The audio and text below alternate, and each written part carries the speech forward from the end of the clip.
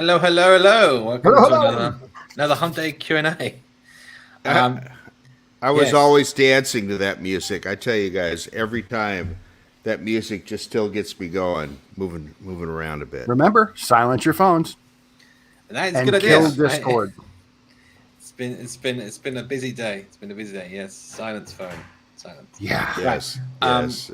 So, well, as I was about to say, how was everyone's day? But it was busy by the sounds of it. So let's get cracking straight into some of the things. So, welcome to another Humpday Q&A.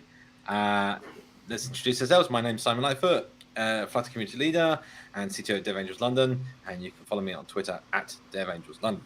Scott. I am Scott Stahl. I am a community leader. I'm organizer of GDG Cleveland, and you can follow me at Scott Stahl 2017, although I don't know why anybody would want to. Randall? Hey, I'm Randall Schwartz. I've been a Flutter GDE since the term first existed. I was actually a web GDE for about 6 months before that. But I work full-time writing Flutter code and also doing presentations like this. And you are our question magician for the stream. I am. So I'm paying attention to the stream. I'm watching for a Q colon in front of your questions. Anything else I will presume is just dialogue amongst y'all, which I don't know why you would do that. But anyway, put Q colon in front of your question, and we will consider it for our display. You know, we could really make the Kotlin people crazy and tell them to put a semicolon. No. and Scott, let's go through some do's and don'ts quickly. Do's and don'ts. Oh wow, you can see my face this time. All right. Be respectful, be constructive. We're on YouTube live chat. Yes, I do realize it's YouTube. We have standards. This is not Reddit. Know the difference. Don't post anything that's adult content, rude, offensive. Don't advertise or promote your company, your service. The big one, don't keep posting your question over and over again. We have a list. Market. We'll get to it when we can. Yeah, we have a list of questions. It's on a spreadsheet. If we see you have your question, a couple of others, then your question again, we take your question in the spreadsheet and we move it to the bottom. So if you want to make sure your question is going to be last or never, do that. And no harassment. And we do share our ban list with other people. Moving on. Yeah, right. We share our ban list with everybody else. So, you know, you'll find yourself locked out of other places if you get kicked out of here. So, start getting your questions in the chat. We will answer all your questions. We have some topics we were talking about in the past week, actually, that we wanted to kind of cover. And we also want to say we do have 3 experts on Flutter here today. Where? They just happen to be us. Yeah, you beat me to it. Where is it? They just happen to be us. So unlike most weeks where we have a guest come on and then we can take it easy, we're not taking it easy today. We're full out today. We are answering your questions directly and talking about the theme that I interrupted Simon from completing. If you want to know what's going on with the show today, you have to go to theme.ofcontext.humpdayqa.shownotes.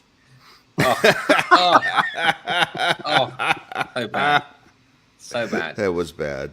That was terrible. So yeah, but we have a serious note though before we get started. Sorry about that, Simon, but we do have to do this. No matter what the name of the YouTube channel, no matter what the shirts we're wearing, no matter what titles we may or may not have, we have to be very, very clear. The number of people who work for Google on this screen is 0. We do not work for Google.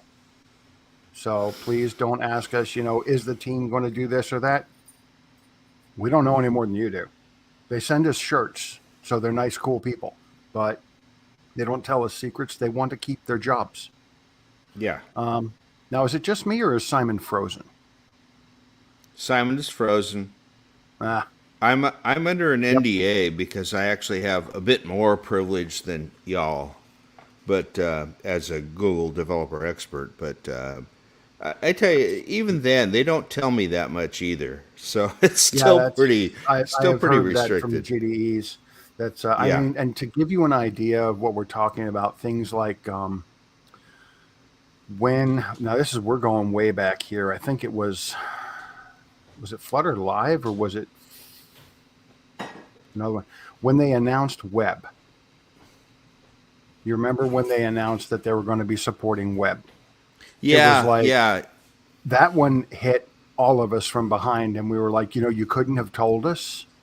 And apparently not. No, that they didn't. We found out that Flutter was going to support web at the same time everyone else did. James, As a we can keep GDE, secrets that we don't know.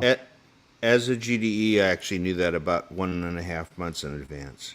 Ah, But yeah, but not much. I mean, that's all I get as an advantage, and it's mostly because they want the GDEs to be blogging and posting about things, not until the release date, but at least writing the material up. So they tell us a bit early so we can do announcements and stuff like that. But really, presentations. we don't find out. We don't find out until pretty close to the time. Yes. So anyway, I think we've killed about as much time as we can waiting for Simon to get back. Where the heck is Simon? What is he? What did he do? I don't know. So anyway, the show today, we're looking at doing several things around .of context. And thank you, Raf. Yes, that was live. Raf said that it was 2018 in London when that got dropped. Right. Which, funny story behind that, they had told the rest of the community that they were not going to be supporting things like that a little while before. And then suddenly, boom. Yes, James, we do hear clinking. I think Randall is in a kitchen. Yeah, I am. Well, it stopped now. Hey guys, welcome. Now he's here. Hey, I was who's actually here. tapping on my earpiece so I could get my Yeah, Never mind. I'm going through 4G now because my connection is so brilliant here at the moment. Yeah. Oh, okay. Yeah. Great. I've been having connection problems the last couple of days. So anyway, moving on. Oh, I see a question. All right.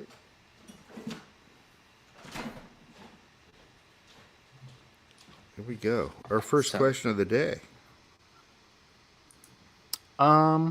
Interesting here. Let's see. Whoop. Okay. Who's going to put it up on screen? That little blip you saw was Simon and I both trying to put the question up at the same time. One of us put it up and one of us knocked it down. Nice. It's hard to update Flutter 2.5 to Flutter 2.10. Some stuff's inside native folders and iOS web. I already have some changes. What should I do to make sure nothing's missing? Right.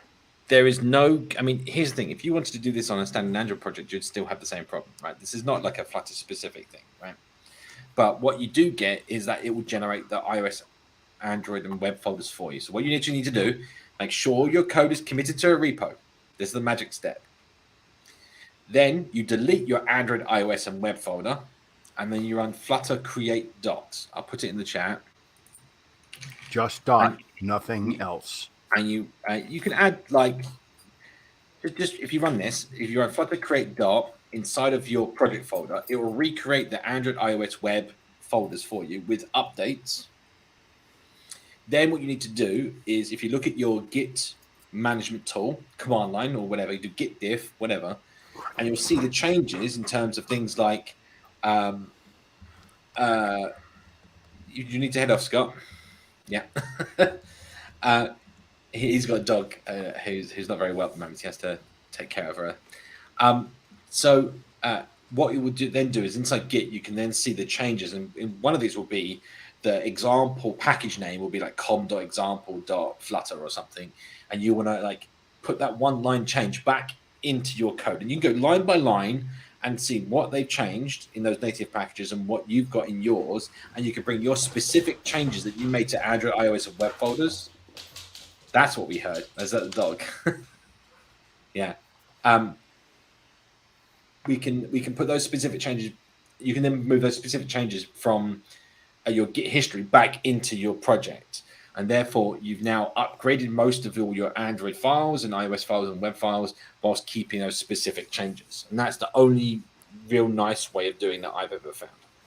So the great thing about Flutter Create Dot is that it's always it only updates what it has to. So it can be used to, like, if you say this now works on Mac OS desktop, or this now works on web or whatever. It just adds the files that it needs to add.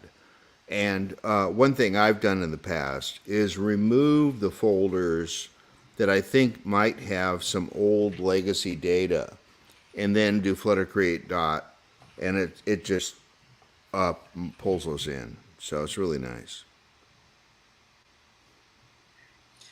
Right. Well, there you go. Hopefully that helped someone. I missed the name. Sorry.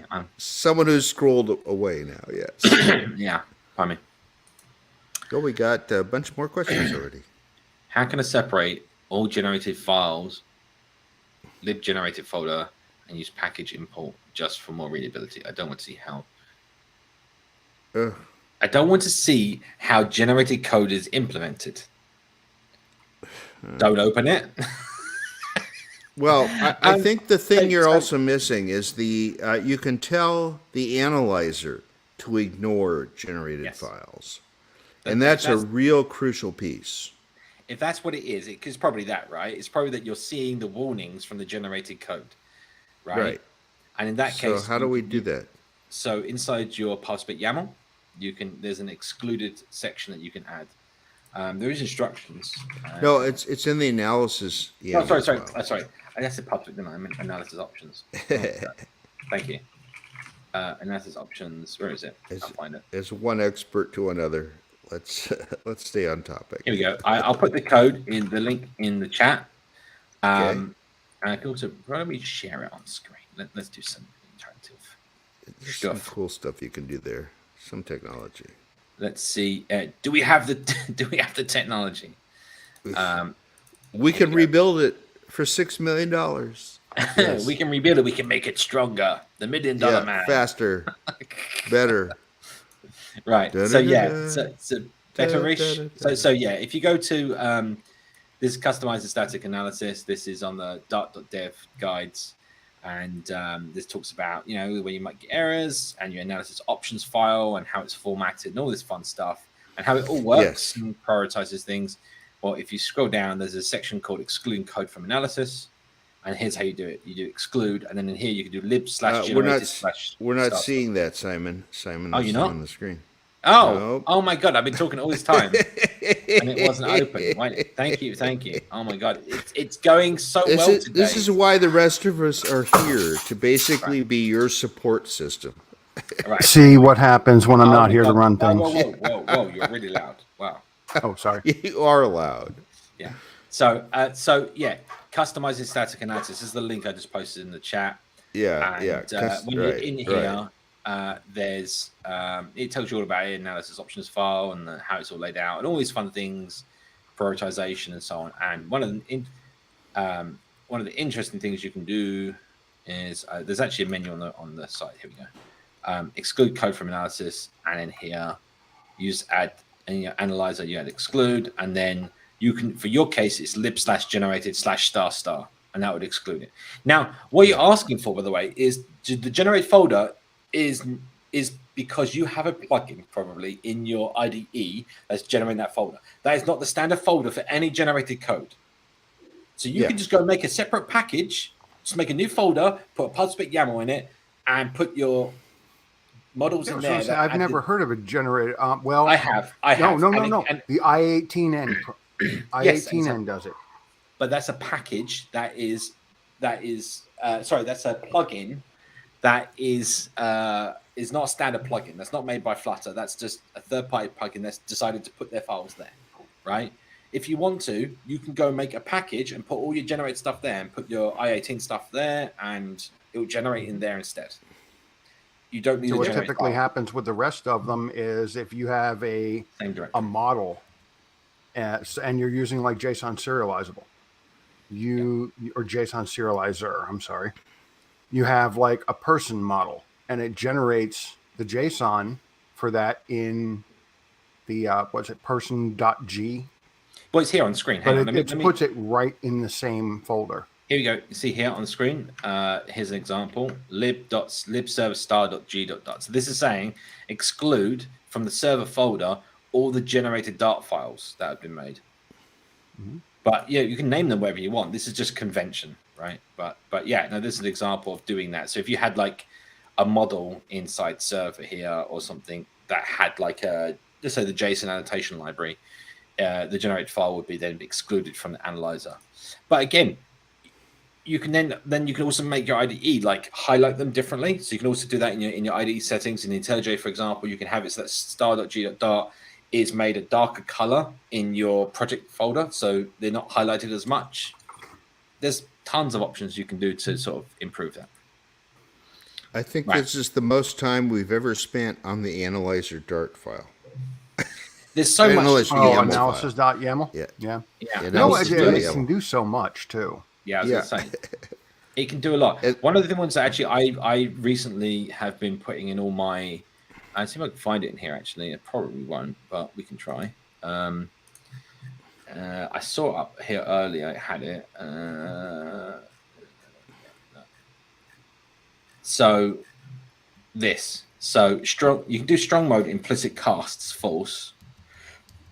That's really crazy. I'll be honest with you. I think at first crazy. You can do it though. But what you probably want to do is implicit dynamic. So I think that's in here. If I search for it, probably. Let's have a look. Implicit dynamic. Implicit dynamic. So implicit dynamic. Well, basically, though, if you do strong mode and you force the analyzer, what's going to happen is it's going to jump every single time you use type inference, right? No. So basically, I don't know where this is documented. I know it's somewhere. It's mentioned here. Oh, okay. They've changed some things. They got language strict inference string raw types. Okay, this is interesting. But anyway, this is new. I've not even tried these before. So give it a go. But there's an implicit dynamic false, and if you do that, just like we saw earlier, where was it? So it's strong mode and implicit dash dynamic false. It stops the compiler from interpreting like a return as a dynamic object, and so you have to give it a type, which is a lot better. It stops a lot of errors, believe it or not. You'll find a lot of problems. Just by adding your types in there, it will solve a bunch of things, and also probably affect the performance a little bit at least. But yeah, just FYI, Simon, your bandwidth is getting not good. I know there's nothing you can do about it, but it might affect sharing your screen. Yeah, well, we'll see. Sorry. So, where were we? Next one. Next question. I've got a fun one for this. Okay, on the note of .of context, media query .of context versus layout builder, you are basically saying car versus boat. They're not even close to the same thing.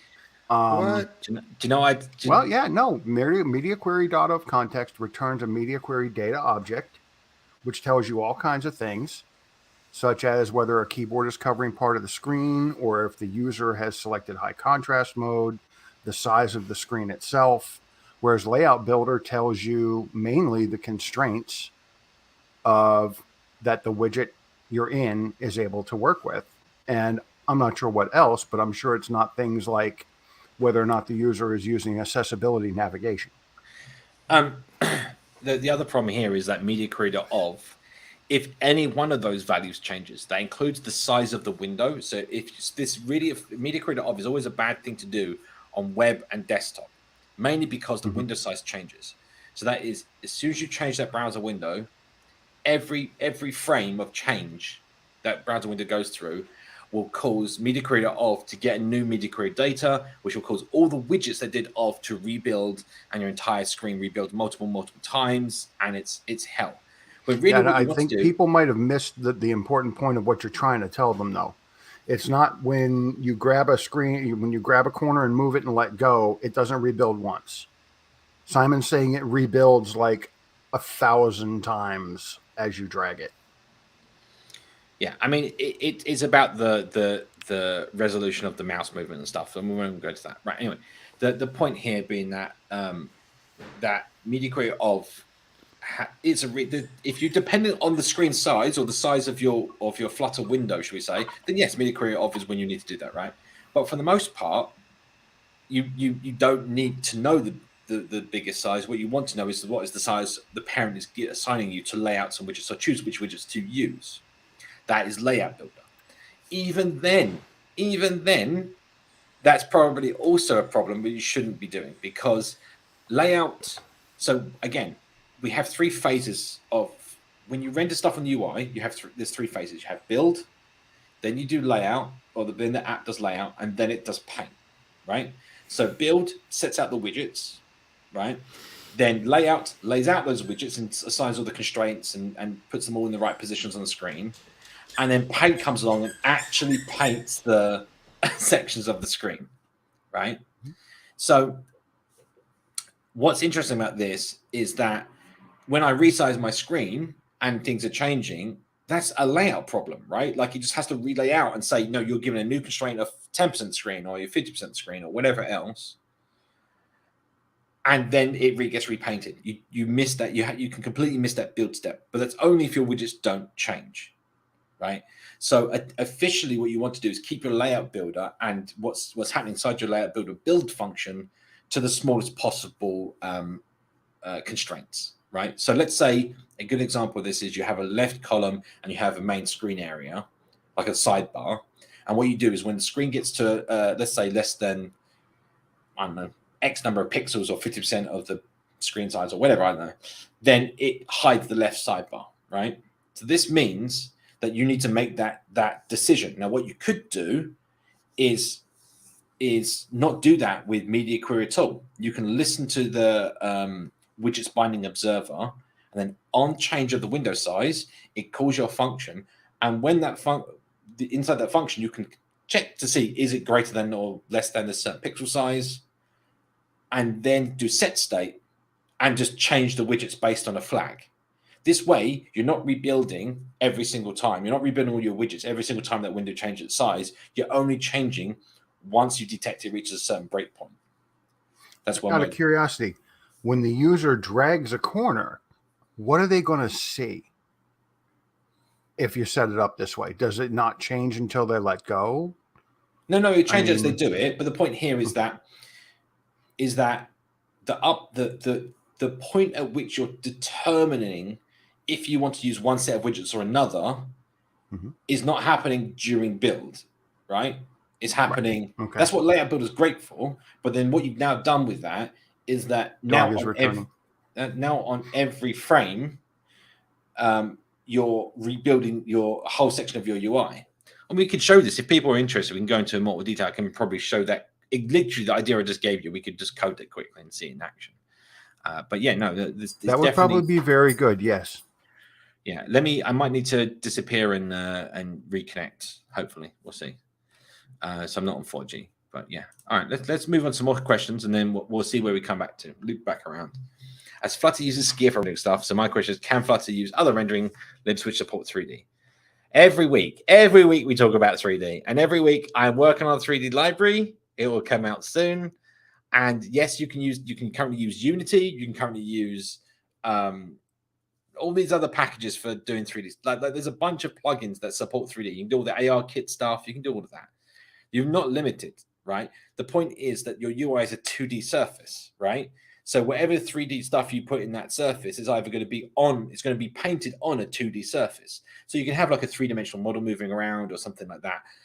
When we're talking about 3D, what I'm trying to work on is a 3D engine, which is like that either a portion of the UI or the entire UI is a 3D environment. And that's where you can move around a 3D space, which is, it's still done directly with Flutter. Yeah, it's not normally done the same way, basically. Anyway, I'll shut up about that. Right. So we start getting thick and fast. Let's keep going. Is there a way to translate text on the like Google Translate does in website in Flutter on the fly? I guess there was a missing word there. Yeah. So yes, there you go. So if you look at the localization, well, yes, you can. You want to know how? Oh, here we go. He's back. That would be interesting to be able to select a language, hit a button, and then have localization do all that. And you can do that right now. There's nothing that stops you, right? It's the fact that it's cost prohibitive. You wouldn't want to do that. You can, but would you want to is the question, right? So ideally what you'd want to do is call your own API and then cache the results based on maybe a certain input set. But to call like Google Translate on every, I mean, I don't know how expensive it is. Maybe it's cheap, but I can't imagine it being a great idea for every use of your app. You could cache it. You could cache it, right? Let me show you here. So let me share this. We'll see if this goes well. My quality may drop. We'll find out. Let's see. There we go. So localizations. This is how we define. There's if you look at material app, let me just go find material app and show you here. This is how you just there's actually a page called in fact, let me just quickly find it.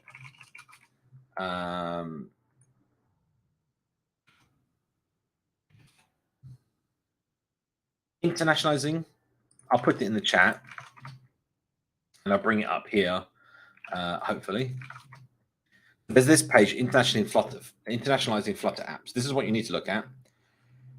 This talks about adding the Flutter internationalization package and how you update Material app to use these delegates. These are the standard delegates, right? This provides the Material widgets and Cupertino widgets with their translations. However, you add your own delegate to this list for your own translations. That's how it works. Okay. So if you I think there might be an example of this. This is just used, this is an example. Here we go. App localizations delegate. This is if you're using the code generation. We don't want to do that. All this code generation doing is generating this app localizations delegate. And if we go back to the code, that's what this localization delegate is here. So you build your delegate, and if you notice load, which takes a locale, it returns a future. So in this function right here, in the load function for your delegate, you can make a request to Google using Google Translate APIs, translate all your stuff, and return the translated variants. And you can have this delegate, look up the keys when certain functions are called. Look up the keys in the hash map that you've downloaded or something, some JSON, something. I don't know, there's a ton of ways of doing that. But the point is, this is the key. It's a future. It knows it might take time to load, and because it takes time to load, you can do whatever you want, including go off to a server and get your translations. So yes, it's possible. Flutter supports it. Oh, hello, Scott. Welcome back. You're muted.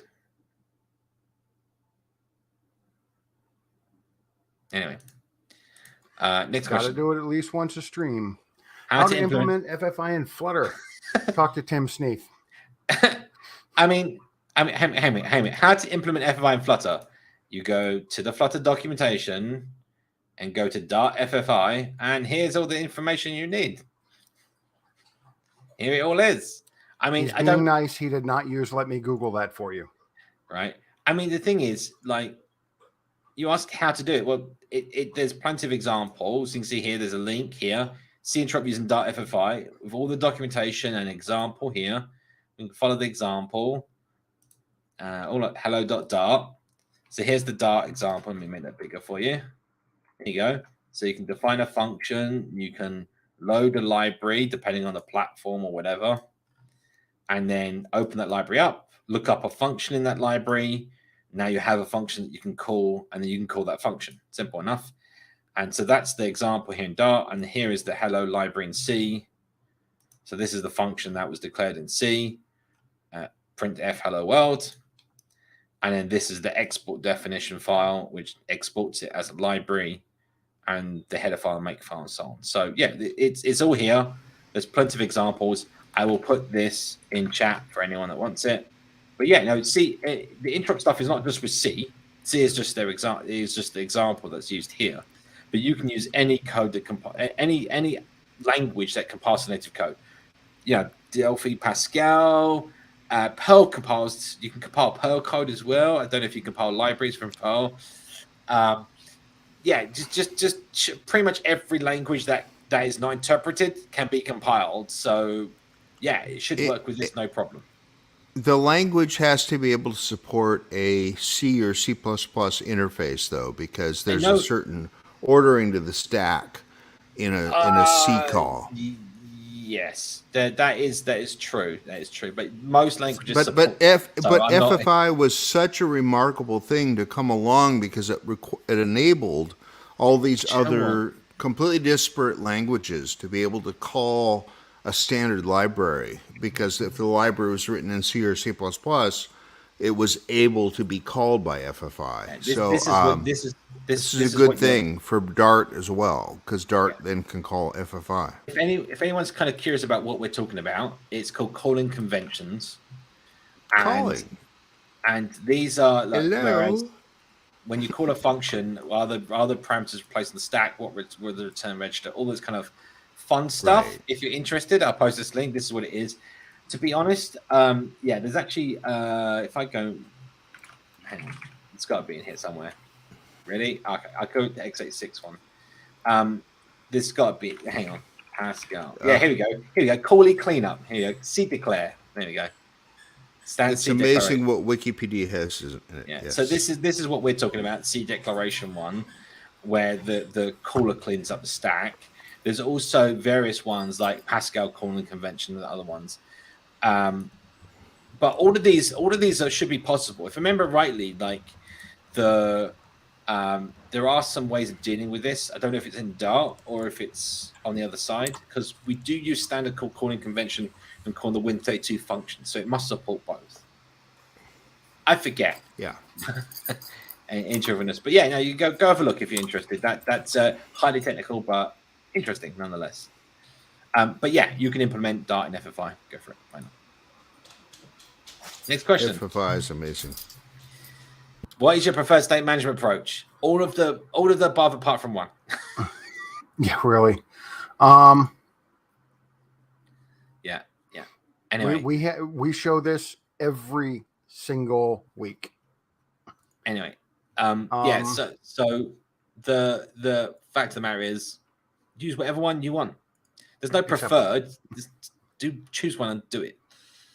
Well, and it's as far as performance goes, most are better than one, but the rest of it depends on how you want to organize things. Mostly, I think. The latest and greatest out of all the ones that you just spoke about in the little list is Riverpod. So why don't you go there, see how you do with it? If it's too complicated, you don't understand it, go down the list, go provider. If you don't understand, go block. If you don't understand that, go look at some of the very basic. But the easiest way I've found to learn Riverpod is you start with scope model. You can learn that in like an hour. Then you go provider, which makes a lot of sense once you know scope model. And then like the Riverpod. I'm not even sure I can go scope models. Just look at provider. Right? I would skip provider these days, just because everything that provider was giving you, Riverpod can do with less boilerplate. Anyway, yeah, it's just simplicity of the learning curve is what I'm thinking of. Yeah, not about using it in an app, but more about learning, right? Right. Yeah. How to call Google Maps APIs for Flutter Web? It throws a cause policy error. Go into your just that's what it's supposed to. So it's nothing about Flutter Web. Let me just be clear. This is about any website you make with Google Maps APIs. You need to update your API credential key to add your domain name that you're running your Flutter example on. Now, if this is from localhost, your problem is your port number. So when you run Flutter from your local machine with Flutter Web, it gives you a random port. It's called an ephemeral port. You can fix that port number. There's a parameter you can provide to Flutter when you run it. Hang on, I need to go look it up. It's like, remember what it is? Anyone here? 2022, isn't it? No, I mean like what the parameter is. Oh, okay. I literally just googled this, and it's web dash web port. So here's you can just add this. For example, I'll put this in. I'll bring this up on screen and put it in the chat as well. You can just add this to your command line or to your run. Like in IntelliJ or I guess in VS Code, you can just add this to your Dart extra parameters for your running of Flutter, and that would run it on port 5555. This means inside of Google Cloud Console, you want to add localhost 5555 to your whitelist of domains. And this means when you run your app on your local machine, it's whitelisted to the API. There's actually, hang on, console. Let me just see if I can find this console API. There's got to be like there's documentation on this. Google. Let's just see if Google Quick Cloud API credentials. There's like I don't really want to go looking through the ones that I have, but there's documentation on this. We generally suggest that you all learn to use Google because we don't want to be your Google monkeys. Yeah, here we go. This is. But if you found it, good. Well, I mean, understanding that cores is a web thing instead of a Flutter thing. Yeah. That right there is 99% of the battle. So let's see. So you can see here. Oh, Google Workspace for Developers. Maybe this is it. Inside your Google Cloud Console, you go to APIs and Services Credentials. Then instead of creating an API key, because this is creating one, you go click on the one you're currently using. So you use an API key, and that will be listed on the screen for the current one. And then inside there, you press restrict your key. And then when you apply your restrictions, hang on, let me bring that up. It says, when you bring up your restrictions, it will ask you for a list of HTTP referrers. And that's where you want to put your local host 5555 in that example I just gave you, right? And that will, and this needs to add, you actually need to add your domain that your website is going to run on as also in that list. Okay. Why are we showing another question? That's not helpful. Maybe I hit the wrong button. I'm sorry. I've lost that question. Who gave him admin? You know what I mean? Yeah, I've completely lost the question. Oh, there we go. Yeah.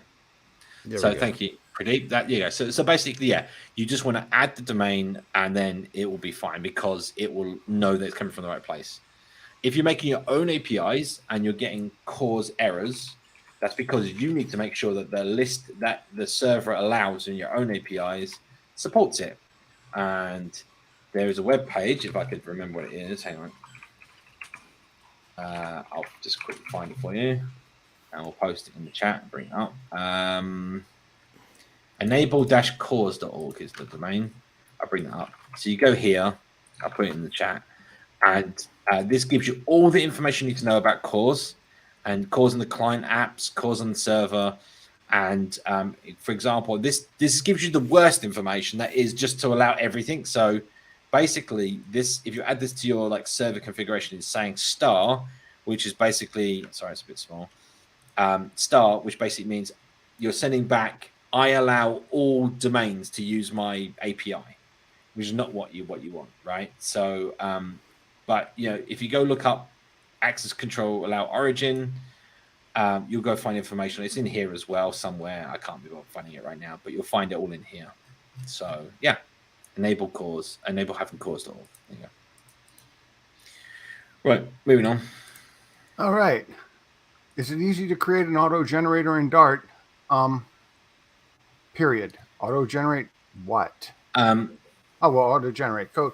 I mean, is it easy to create an auto generator in Dart? Yes, that's how all Dart code is generated. Yeah. Yes. Yeah. I mean, it's not set up for a specific thing. Not sure what you mean. So I think I might get. So okay, I think I get what your meaning is. For your app, you want to generate code specific for your. Not okay. When they say specific thing, I think they mean like for JSON or for this or for model generation or for that, like the ones that are already built. How can I build my own that can generate whatever code I want it to generate? That's what they're saying here, I think. And yes, you can go look up. There's actually some interesting. In fact, Raf, where's Raf? Where's Raf? Raf, I think, And is in in the the chat. call. We're going to drag Raph on camera. Yeah, here's Raphael is in the chat. He did a interesting talk on this a long time ago. It's probably in Flutter London. It's probably invalid now. I don't know. Like, it's probably changed. But go look up code generation in Dart, and you'll get loads of information. Yeah, that's what I'd Shoot say. him a quick message. I think he stepped away. Well, yeah. Anyway, I'm sure he'll point you in the right direction to the documentation. I can't remember where it is. Building a code generator in Dart. Let's Google that. Wow, there you go. We have a conquering code generation in Dart, part 1. Oh, there's a Ray Wendick article. There you go. I don't know if that's probably what you want, but there's a YouTube series. See, Raph only pokes his head up after I kick him in Slack. What's his name? Jermaine. From he's from Flutter Netherlands, I think. He did looks. I think that's him. That's him, isn't it? Yeah, recognize his name. I think. Creative Bracket. Okay. You've met him before, haven't you? It's Scott in Flutter London, I think, actually. I don't know. You need to share your screen. No, I posted it in chat. Oh, I'm scrolled way up looking at the questions we have upcoming. Oh, okay. Well, anyway, I'll put it right up on stream. There you go. You recognize him? Maybe, but yeah, Flutter London was a long time ago. I know. Yeah. Anyway, yeah. So I recognize his name. Yeah. Okay. But yeah, he's done some stuff on it. But yeah, just Google it. Code generation in Dart. You'll find lots of guides and information. You don't need us to point you in the direction of Google. I'm putting a link in the chat. I don't have a specific resource that I can think of that we should direct you to. It's a complicated topic, and you need to learn how to maybe take in one of these guides on how to debug them is also important, because you need to have your oh, there you go. Yeah, that's it. That's what he did. Yeah. But the point here is you have to develop your code generator in Dart whilst debugging another Dart app. So it's a bit of a mind bend, and you have to. It's not for the beginner. Put it that way. All right. Next question. So if you missed that, you can always, back the video up. Yeah. Okay. There's an interesting one. Using media query data from window. Yes. Still... So you can do that, but what you've done is you've defeated the point of even looking at it, right? So you can just do like the Dart UI pack. Why has it defeated the point? No, well, that's what I'm getting to.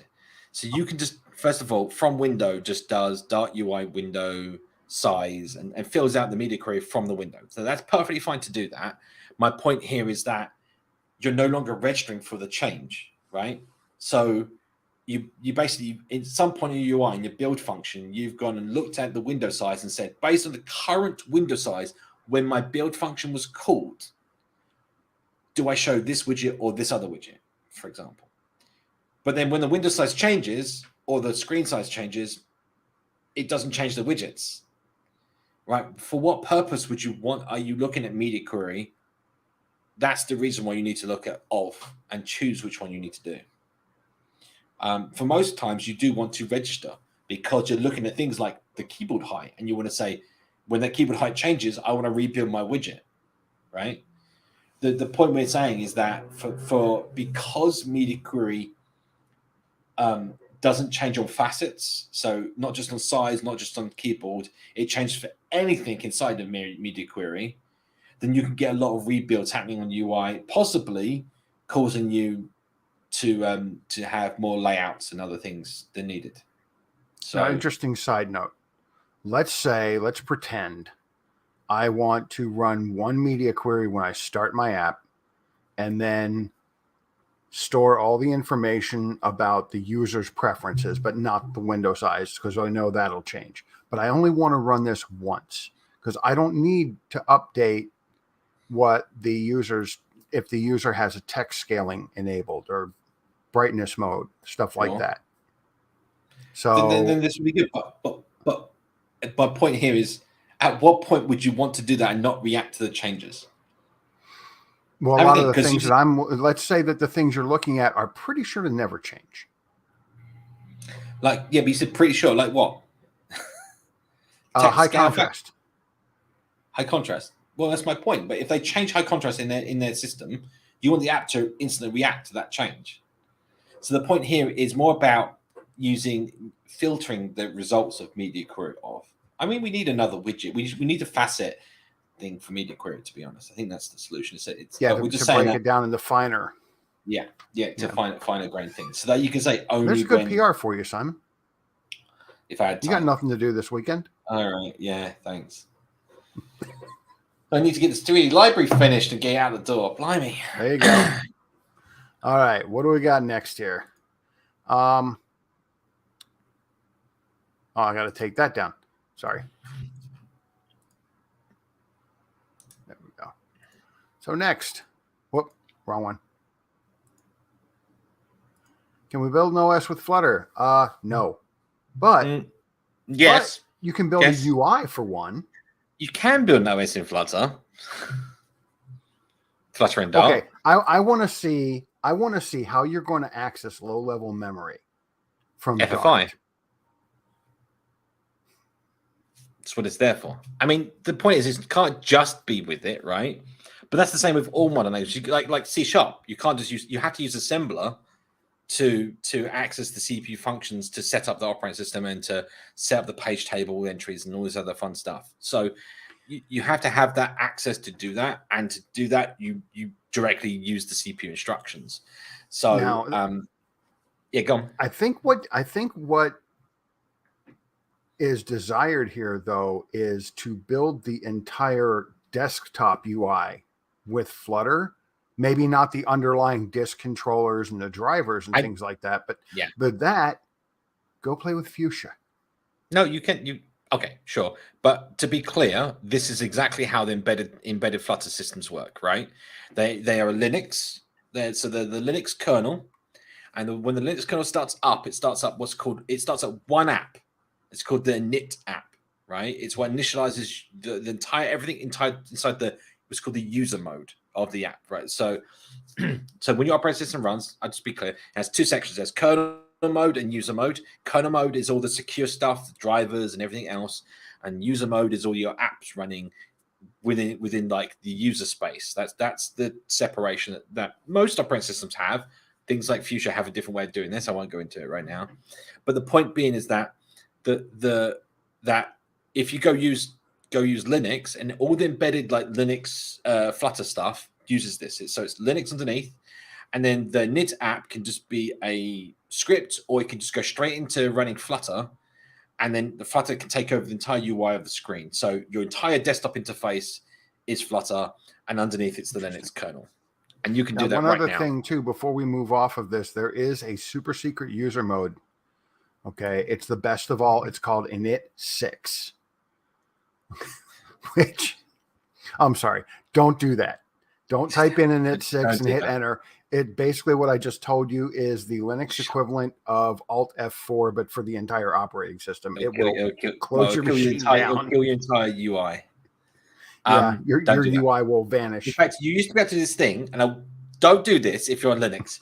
You used to be able to press Control Alt Shift and then the numbers along the top of the number. So 1 would take you to user mode 1, 2 would take you to user mode 2. You can do that. 3, 4.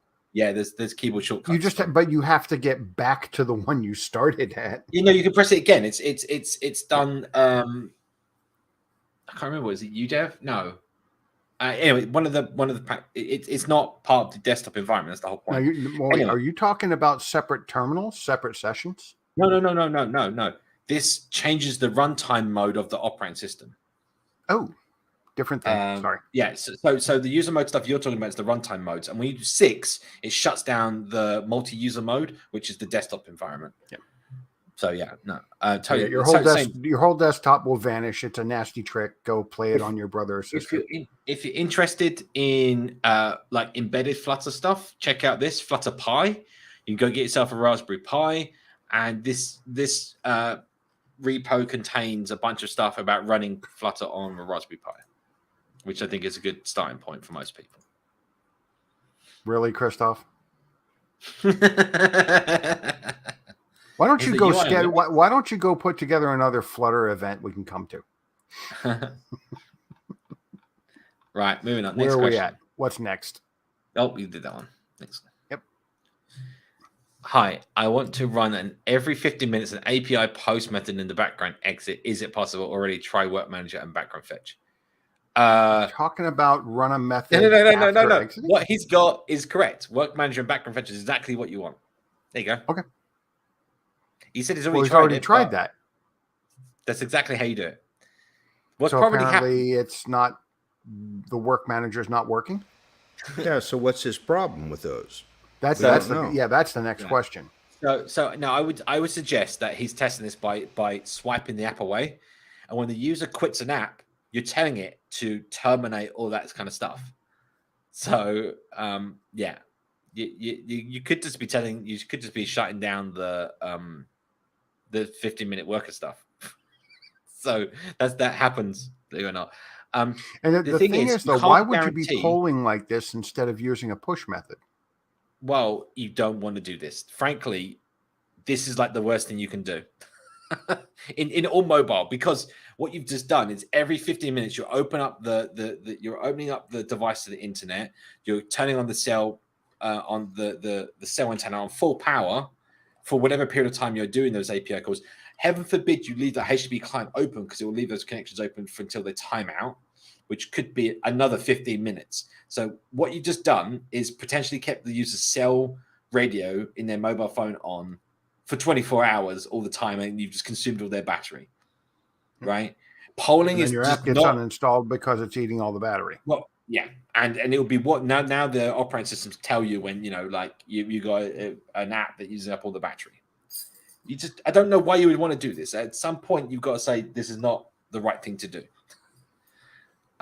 If you want to really do this properly, then you would have, like on Android, you have a foreground service, and it has a notification to the user saying it's still running, and then you can just make calls whenever you want. But again, you just don't want to keep polling the network. You could do this every 15 minutes, but you need to ensure that you connect and shut down, right? But again, it's just bad. Just don't do it. I mean, if you're going to check something every 15 minutes, then why not just put a push on the other end? Push is what you want to do. So push has a particular way of essentially bringing the antenna out of deep sleep mode. So the radio, sorry. So it's kind of funny that how do we keep up our motivation? I was talking to Nitya one day, and Nitya is a PhD who has run 2 different Google GDG organizations at the same time. She was head of developer relations for Microsoft Azure. I'll be back in a minute, chap. I'll reconnect. Okay. And she's got a 10-year-old. And one day I was on a call with her and I said, how do you have the energy for all this? And she looked at me and said, I don't. That's a good way. You're to just put in a it, yeah. scramble trying to hang on.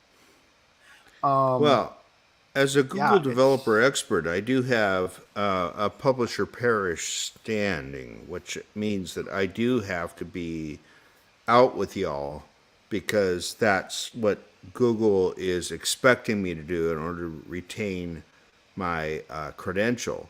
But yeah, partly I got that because I was already always doing that sort of stuff. Prior to that's Flutter what and Dart, I was understand doing about that with GDE. Yeah, GDE is not a certification or anything like that. GDE is Google's way of saying, hey, you're out there doing good work in the community. You're Right. putting out good information. Yep. So Google's going to do 3 things. Google is, number 1, going to give you something next to your name so that people understand, hey, you're actually putting out good information. Right. Number 2, they're going to make it easier for you to attend events so that you can give talks by Yep. covering some of your expenses to go to big things like DroidCons and DevFests. And the other thing is they'll put you on a list so that when companies are trying to learn about the technology and they go to Google saying, hey, who should we talk to? Google just says, there's a website with GDEs, go look there. Yeah. So, but I was saying that part of it was that I was doing this anyway for my Perl life. Before that, I was basically being a cheerleader for Perl. And that worked well for me, both as satisfaction. I'm because the coolest thing is seeing that I can say one line in a chat room or, a paragraph or a blog post that helps people with stuff that was trivial for me to come up with.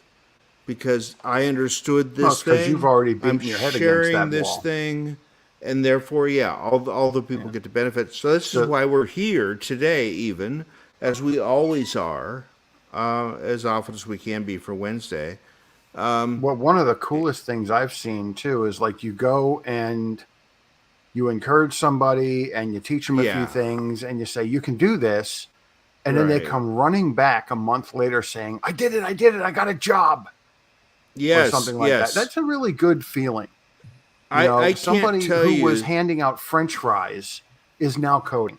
What I miss. I can't tell you the number of people that have written me over the years, written to me about having first picked up a copy of my Learning Perl, and then said that was a career changer for them, and therefore now they're doing website development and application development in Perl, and it's like amazing to me. I really enjoy that feeling that I've been able to contribute to so many lives.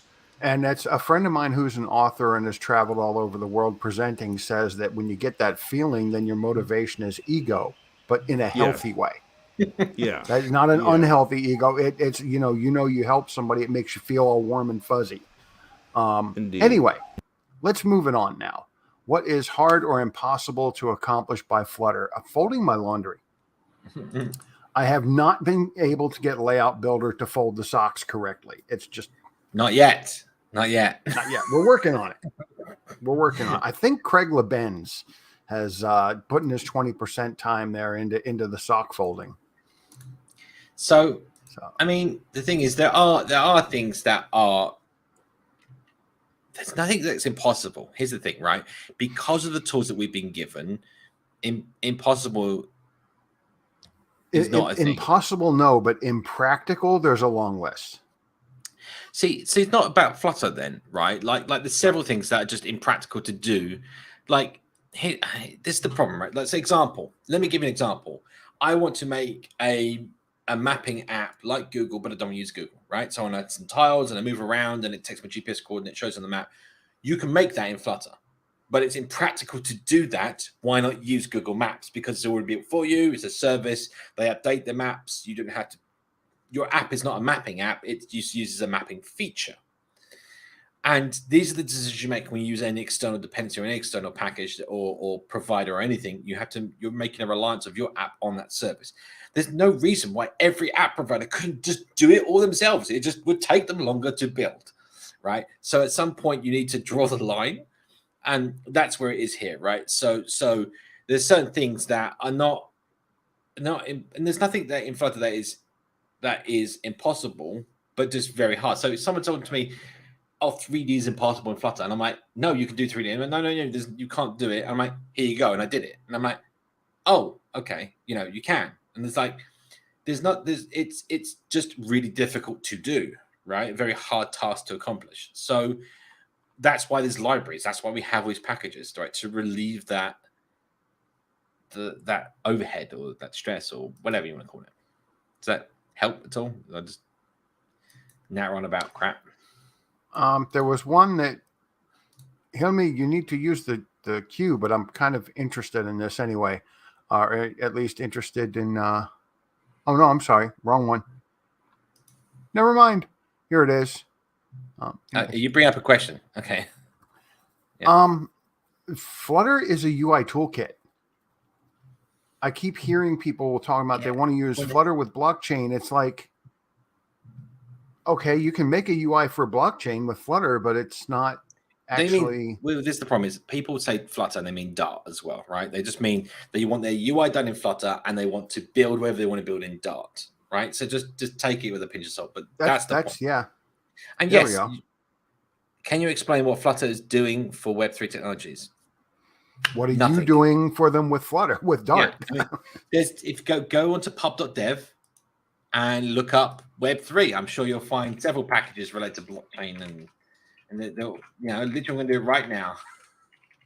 So look, Web3. Oh. Yeah, Web3 Dart wrapper, Flutter Web3 package, EIP 5.5 package for Web3 and Ethereum checksum addressing. Flutter Web3 provider, Web3 icons, Web3 this, Dart Web3, Web3 wallet, Web3 core wallet, agent Dart.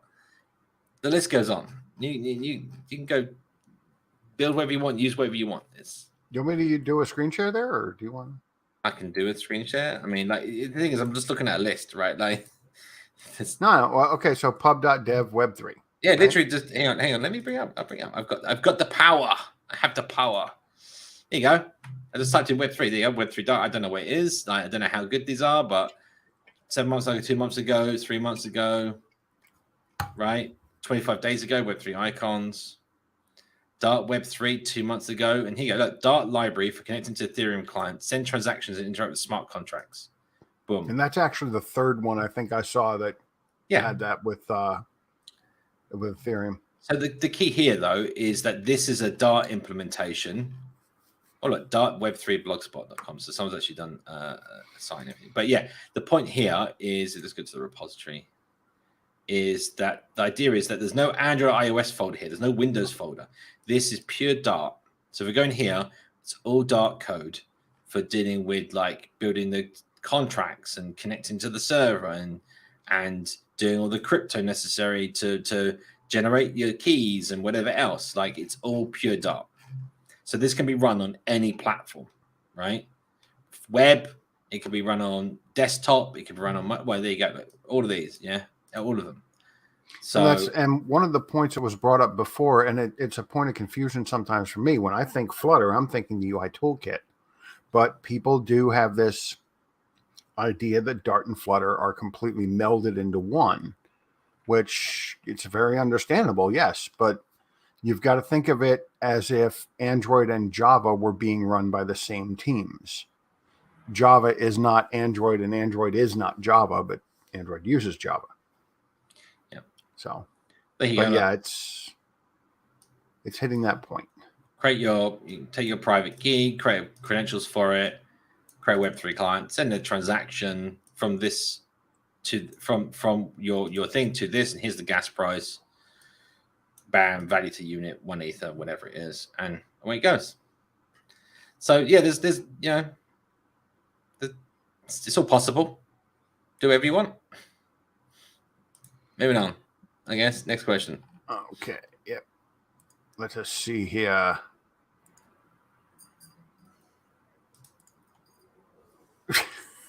Go on. I'll stop. Since Flutter now supports desktop, is there a way to communicate with a Flutter app with a MySQL server? Yeah. Or No. And Microsoft MS SQL server. Okay. Without using a RESTful API. Is there an MS SQL package on Pub? It doesn't matter about desktop. You can do this on a mobile app, right? Like, go use the MS SQL API, not their RESTful API, but whatever the binary API is, and assuming they have one. Yes, you can. I mean, is there a package for it? Let's have a look. MS SQL query result set, composable class. I mean, I just literally typed in MS SQL and SQL result. Take a look at Dart MS SQL package for details. Okay, so there's a Dart high performance Microsoft Server direct thing for Dart. There you go. So it's old. It hasn't been updated. So you could probably port this and bring it up to date to Dart 2.0 because this is Dart 1. And there you go. So it's got some C++ code. So there's no doubt what you could do with this. Yeah, so this is using a Dart extension, but this could easily be updated right now. All of this stuff here is in the Win32 package, like using, this is called COM, component object model. And right now, this is supported in pub.dev. So if in pub.dev, if you go Win32,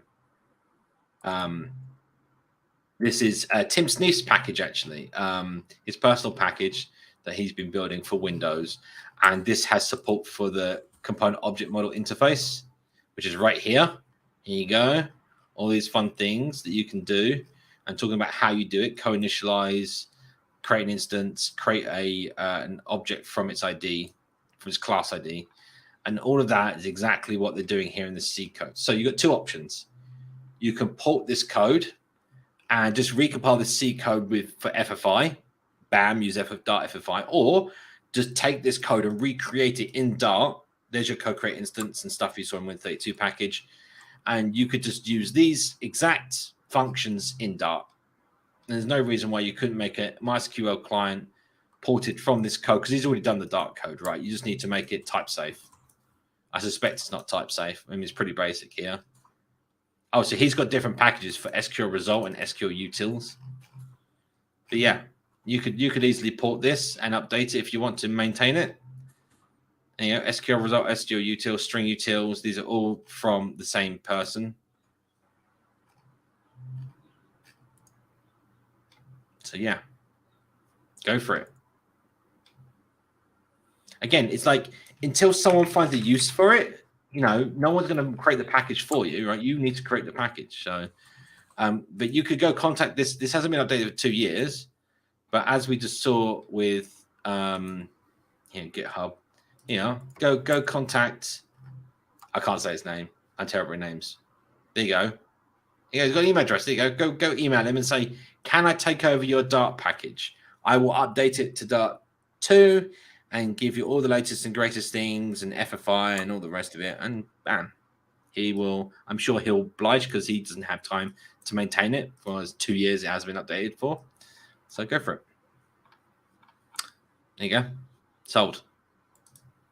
Next. Let's see. I want to know how to use Material Design 3 with Flutter. Can you give me some starting documentation about design tool like You know, it's interesting. I'm looking at this right now. The theme data object has a Boolean whether or not to use Material Design 3, but there's no documentation on what it does. No, it just changes the so now there's like body, there's different field names, I think, as well. I know it's been a while. Well, there's the topography. There is a topography change. There's the topography change, but no, I was going to say that if I remember, the use Material 3 Boolean is that's it. The flag is then tells the widgets that they can use Material Design 3 and change based on the theme color and stuff. So then the widgets will automatically have the correct touch areas, touch size, all that. And about the look and feel. I put together. Can you give me some sign documentation design tool like Figma? What's that got to do with Material Design 3? Can be changed compared to the current version? And we're not. First of all, we're not from Google, right? FYI, just to make sure, this is not us. We're nothing to do with Material Design. You know, if you want to go learn about Flutter Material Design, do that. But you're asking about the actual design itself. There literally is a Material Design website. I'm trying to remember what the website is. I think it's. Let me just. And while Simon's looking that up real quick, I had put together a cheat sheet. Now, what you want to go bug is Rody Davis. Oh, you look that up real quick. Now, this right here is a cheat sheet that I had put together for my own use.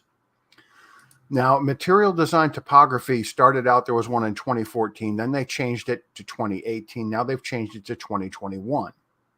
And if you notice, all of the headlines no longer exist. The subtitle, the body, the button, the caption.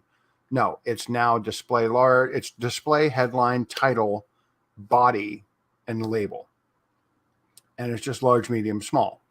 It's kind of interesting that as you go down, they start mixing them up. But also take note that there is no font size standardized in the theme anymore larger than 57. There's also, which cuts out headline 1 and 2. Yeah, there's also these might scale differently. So depending on your scale factor, they might. It's not like it's like a logarithmic curve, right? It will scale differently. So, and this is just it's an image that I literally do keep up on my desktop while I'm working because I can never remember this stuff. I can bring this up. Here you go. Material. This website is. I'll put it in the chat. The link is material.io. You go there. Material Design U and all the rest of it. Start exploring Material 3.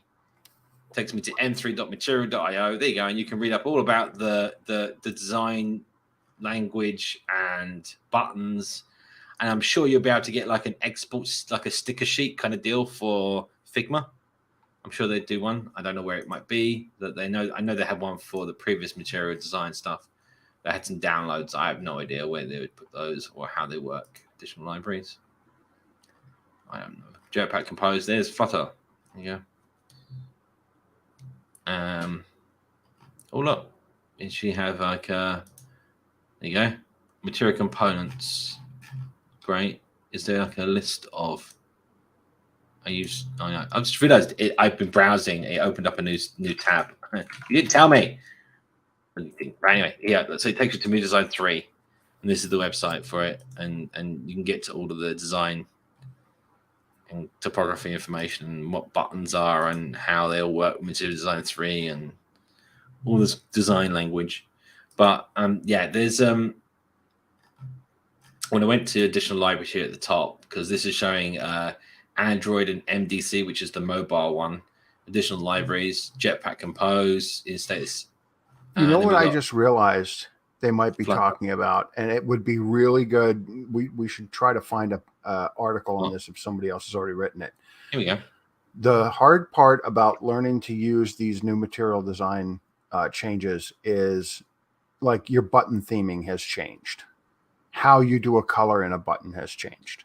Yeah. Right. It's all gotten it looks much more complicated in the way that it was presented in the documentation, but actually there are shortcuts to make it easier, which I don't. Do you know what I just realized? I don't. So for the theme to react, right? Sorry, I just want to steal this away. So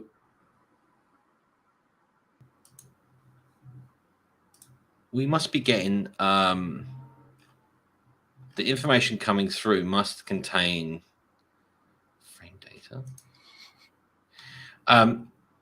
We must get the theme color come through from the system. I wonder if it might be a channel. It might not be on here. It might be system channel. But yeah, the engine... it depends. Yeah. Well, we have. You're talking about the stock theme object if you don't designate one in your material. No, what I mean is on material. Let's say your app is open, and then in the material 3, like in your theming, you change it to a different color. Your app instantly changes to the new color, right? Mm-hmm. I'm saying, how does that value come through to the app, right? So normally you get these things come through in here like accessibility or 24-hour clock or whatever. But this has to get implemented by all platforms, right? Well, you're thinking about a couple things now. If you're changing the theme in the app, you're going to have to handle that yourself with a state management change. But if you're talking about a change from the operating system, isn't that going to come through in a media query change? And that's my point. Media query comes from that, right? Which is not containing Material 3. However, this is the system channels, and this is how we get live events like your keyboard and your life cycle changes, and mouse cursor, navigation, platform views, restoration, skier. Oh, don't know about that one. That's new. So, this is the catch. Yeah, that's fine. System and text input. I mean, it could be there might be some. They don't tell us on here. It's in the source code, but there's several. Let's see here. Memory pressure is an example here of what gets sent across so that we get the notice in Binding Observer. But you'd think that we'd get notice that the theme has changed. Maybe it's not been released yet. I thought it's been released. Let me have a quick. This is completely off topic, people, but maybe you're interested. System. Yeah. Accessibility deferred lifecycle menu mouse. Platform, possibly. Set application switcher, set enable system UI. This is kind of where I'd expect to see it. I can hear you tapping your keyboard, someone. You told me 2 weeks ago that you couldn't, so. Yeah, when that was on Zoom, there might have been Zoom. Yeah, I could definitely hear that. No, it's here. Anyway. Anyway. I'm done. Manual. No, anyway. No, I don't see it in here specifically. Like we'd expect to see notice that system UI change. Hang on. Incoming method. I think this is we need to pick up the pace, Simon. We're never going to get to talk about the subject. We're talking about subject all through some of these questions. It's fine. People are interested in this, aren't you, people? People are interested in this. Right, people are interested in it. They're asking so many questions about it that we need to pick up the pace in order to answer them all. Yeah, we'll get there. So anyway, let's try a quick look at this interface here. So this, text scale, change platform, brightness, metrics lookout. Now, so we don't have. There must be an active way that I don't see in here. Maybe it's in the material design library. I know. Moving on. Let's see here. A good practice to use state management instead of a widget constructor. I think what you mean is state management instead of a stateful widget. I don't know what he means by that because that doesn't make any sense. What's state management got to do with widgets and constructor widgets? Well, I think what he's talking about is using things like a consumer instead of a stateful widget. I don't know. Restate your question with details and we'll answer it. There you go. I can't guess, right? Like, sorry. For Simon. All right. You've been working on generating 3D objects, Flutter on PlayStation graphics rendering and all that. We'll be able to animate 3D objects and on user interaction performance.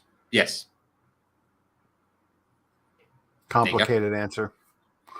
I mean, we're rendering 3D, so you can do whatever you want with that 3D. You can project a ray into that scene, and does it hit this object? Yes. Then when I move my mouse, I'm going to move that object. You want to move the camera around? Move the camera around. This is just think Unity is the best way I'd put that.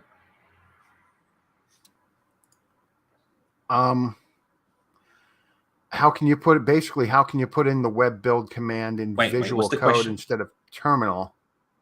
And it's like, no, it's designed to work through the terminal. No. I think I know what he means. What? In Visual Code only works in terminal console. No, you can work this. I think he means in the IDE. Well, right, but like IntelliJ has a built-in terminal, but does VS Code? No. It doesn't mean the terminal. He says it only works in terminal. He's saying that you have to type that command to use the web renderer, I'm assuming. But if you go into the IDE, when you have your run configurations, let's say in IntelliJ, you can add web render HTML to your additional arguments there. I think that's what he's asking. Right, but he's talking about Visual Studio Code. Yeah, it's the same thing. Inside there, you can change your run configuration. But that's okay. But if I remember correctly, it's a JSON file. They run via a command line command. No, they're not using what we're using. Yeah, no, you have a play button in there in VS Code. Right, but I'm talking about for configurations. Because I was talking to Nash about this one day. Do you have configurations in VS Code? Yes, they actually have a visual editor now for their configurations, but it's a JSON file essentially, right? You just add web renderer to the parameters in your JSON file. There you go. That's the one. VS Code launch JSON. That's the one I was thinking of. Yep. Okay. Now to find. There we go. Okay, next. There's not. The Admob stuff I think is all based around Android and iOS. I think at the moment that's just because that's where they're first developed. Yeah. But just go stick in a HTML widget for your ad package. Is this an iframe or whatever the ad package is? A bit of JavaScript, script element. Stick it in. It'll work inside Flutter in a platform view. Done. If you don't have a package, well, I think they're talking about doing it on Flutter Web. But yes, yeah. No, that's it. You do it on Flutter Web. So if you go look up the packages for using an ad in, I don't know, Google Admob, I'm just going to do JavaScript initialization. There you go. I'm just going to Google that. Getting started with Admob API. Is that what I want? I have no idea. Create an OAuth. Make a request. Load a JSON file. I have no idea. This doesn't look right to me. This is Java. Admob with JavaScript. I don't know. Go find it, right? And basically, the normal way you do this is you follow the instructions. I'm trying to find it. I can't find it for the life of me. If I try to put your screen share on the screen, it's going to remove it.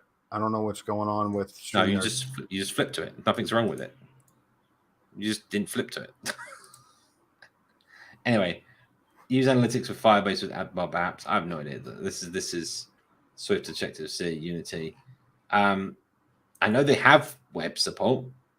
This is however you add adverts to a website. Literally, you could just go Google it. I'm not sure. I'm not sure you need any. I thought it was Admob. I think, but yeah. add to my website. Why am I Googling this? Connect your site to AdSense. There you go. Create an AdSense account. Add your site. Connect your site to AdSense. Do all this stuff. Code implementation guide. There you are. In your head tags. A lot more past in this code to implementation guide. So if we go to that, how to paste the ad code into your page.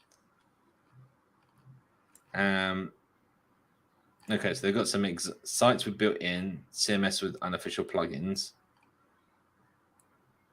WordPress site had, I don't know, AdSense, PHP sites. Does this move? Okay, we need to keep moving. Oh, we've got a long list of questions. This is going to bug the hell out of me. There you go. Look, here's an example. Just follow the guide. Put this script tag in the top of your page. There you go. And then where to place the HTML code in your site. There you go. This is what I was talking about. You grab this script tag and you can create the script tag in code or just copy and paste this string and do, I think it's create, there's document. Oh my God. All right. Raja. Yeah, look. .html package. What's it? Evaluate, create, tag or something. It's document.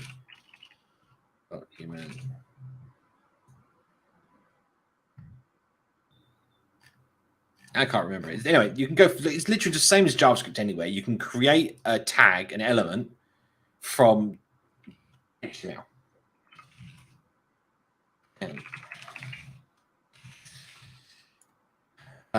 From string. Now I'm going to find this. Create new dominant from a string. There you go. Literally. Document create element. I was right. Yeah. So in here, there's a method. I'm going to find it. Create element. There you go. Oh, this parts a string. There's another one. This isn't what I want because this takes a tag name. But whatever, you can create.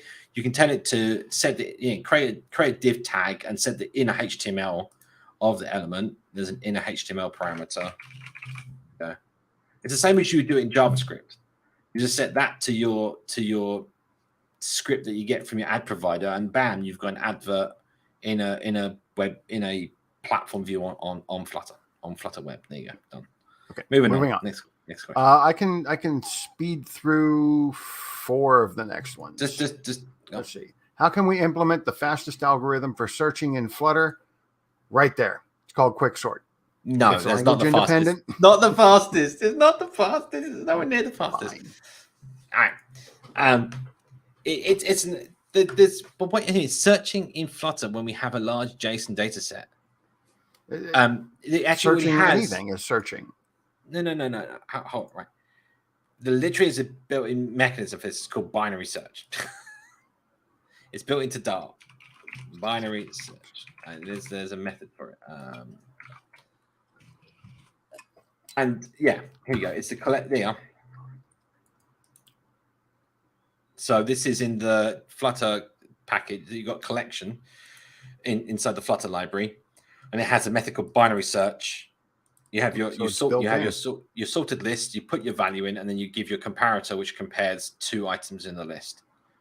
So the next time you go to a job interview and they're asking you your data systems and algorithms questions, and they tell you to implement a binary search, list dot binary search. But anyway, this would be your fastest method. But to be honest, you can also create an index. There's so many ways of solving search. I mean, the fastest is an algorithm. I mean, binary search is like the fast. I mean, that's how all the database vendors, they create an index that they run a binary search over, and that's how it works. Okay. I don't trust anything that has an E in the generic type. I only trust the ones that have T. Because it makes no difference. Somebody remove him. All right. Is there any way to convert Figma color schemes to Flutter theme data? You know what, Hilmi? If you find one, call me. Because the designer I'm working with currently put in 22 shades of gray. That's just bad design right there. But you can't see that many. Tell me about it. But you said color schemes. Now, the best way I would suggest the best way you can do this is to go to the CSS thing, copy and paste the CSS, which will give you like the names color colon followed by the HTML color code or something. Paste it in, use multi-select cursor and edit them all at the same time to be like const name equals color and then the 0x and the hash. A lot of people don't know what multi-select cursor is, and you can do this one of two ways. You can hold down, was it Alt, and then do a selection and go up and down, or you can do middle mouse button. That's in IntelliJ. That just your idea of choice. Go look at how you do column selection or multi-selection, and you'll find how to do this stuff. Okay. The short answer to this one: why doesn't the Flutter team adopt one of the non-Flutter maintained packages? They don't have the staff. Period. Well, it's not just that. It's why should they adopt it? There's plenty of third-party packages that are being maintained right now. Why? And also, you said officially community pack. Have it as official community package, i.e. Go Router.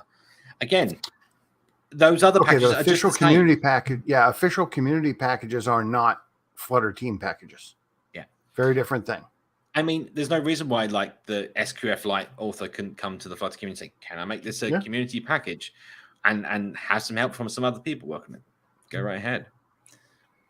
And you consider also things like Go Router, which is done by somebody on staff at Google, Chris Ells, friend of ours. Used to be.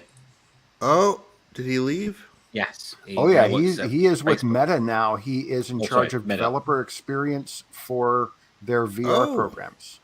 Oh, we'll have to stop talking about Go Router with this attachment then. But so I presume he still maintains Go Router, but he was on staff at the time he was working on it. Yeah. He was in charge of developer experience for the Flutter team. It's like I just said, the Win32 package is made by Tim Sneath. It's his personal project. It's not a Flutter project.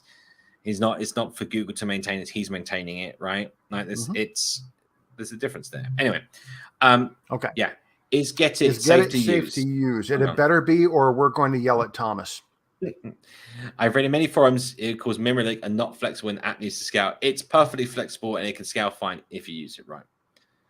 Like there's nothing literally like that's the same with any library. It's like misuse anything and it will cause problems. And again, it doesn't cause a memory leak itself, right?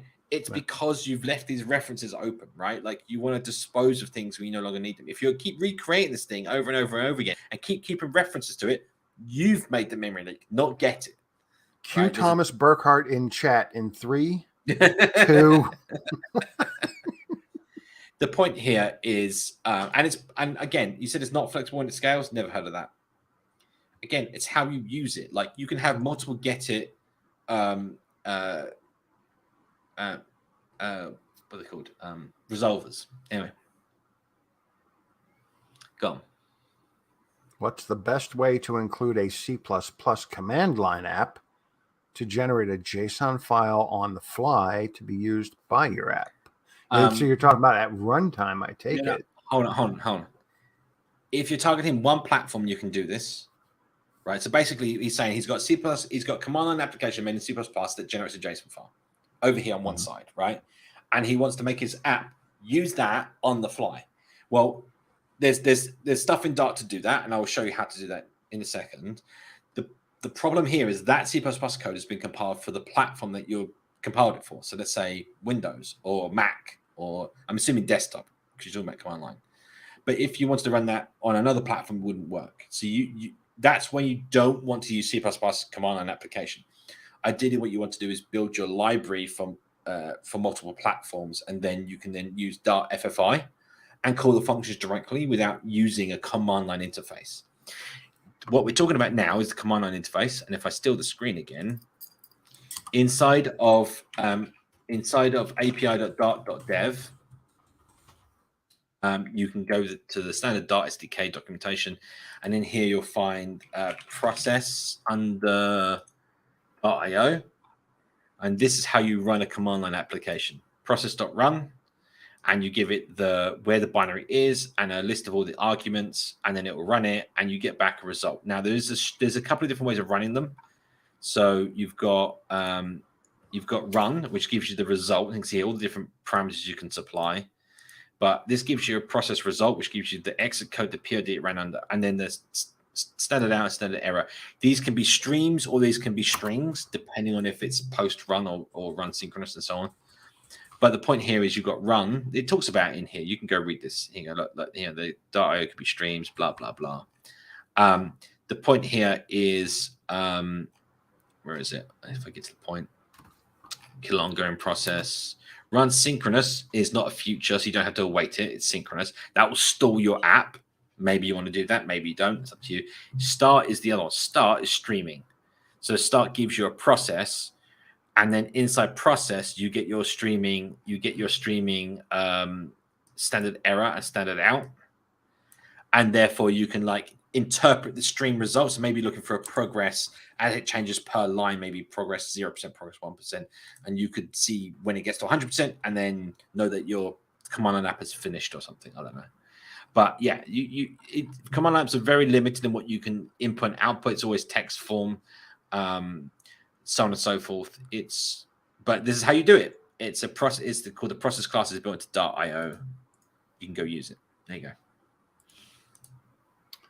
So, okay, next one. I just happened to Google this very quickly. No, I didn't. It's not quite that easy.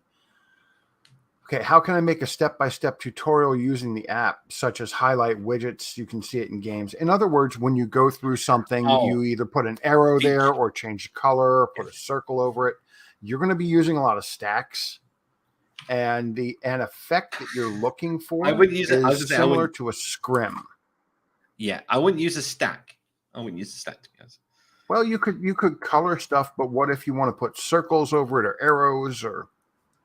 If I bring this up quickly, I just wanted to show you there's a widget called overlay. It's built into every widget, and this is how you add stuff on top of the screen. So you can do overlay.of. Where is it? Overlay.of, and you get back an overlay state. An overlay state has a method for adding and removing, whereas insert. That's an insert. And you insert an overlay entry on top of. You don't have to. You'll put it on top of everything if you don't specify over or below. Mm-hmm. And then overlay entry, as you can see here, talks all about it and how you do it. But basically, it talks about how you might want to use a stack. I think I saw that in here. There you go. But this is, you provide a widget builder and it's opaque or not, and it'll put it on top of the screen. But yeah, there's actually packages in pub.dev you can find that do this kind of thing. And there used to be a name for it in the material design guidelines, and I always forget it. It's like feature something. Well, scrim is the one that I know, but that's typically a scrim is used to make text more legible. Yeah, no, it's not scrim. It's going to bug the ham. I'm literally helped make a package on pub.dev, and I can't for the life of me remember what it's called. Not surprised. There's so many. It's like feature. It's onboarding. I think I just pasted that into our private chat. What? Let's have a look. I think that's one of them that does this sort of thing. Oh, that is This is like an onboarding slide thing left and right. Although that is definitely a thing you can do. It's not that. It's like when you have overlays saying, "Oh, press this button to do this, and press this thing to do that," and all that. Right, kind of right, yeah. I'm looking. I know I've seen it somewhere on the pub because I was looking at that and going, "Oh, I could use this for client code." So if you use this overlay, you could put a circle on top of something, or an arrow, or highlight. That's the base thing. There's I think Thomas Burkhart made a package which uses overlay to position a pop-up from something. Couldn't remember off the top of my head what. We'll figure it out 5 minutes after the show closes. Of course. As we always do. Which is in 25 minutes. Yeah. We're winding down, guys. So if you're gonna have a question, put it in soon. Oh, believe me, they have been. We have a good queue already. So well, here you go. Hang on. I'm going to show this on the screen. So this is similar to what you're looking for, and these are done the same way. Whoops. So this is Super Tooltip. Super Tooltip. I don't know who owns this package. Is this Thomas? Is this an old package? Yes, this is Thomas's package. This is a long time ago. So we had to play around with this. Oh, a long time ago. But this is how you do like that kind of pop-up idea of like a tooltip, basically, and it stays within the bounds of the screen and all that kind of jazz. But yeah, you can do all this kind of stuff. It's just if you look at the source code of Super Tooltip, it uses the overlay to position some widgets on the screen based on a position. And I'll put that package in the code, and you guys go look at the source code, and it's all in there. Like this is it's not.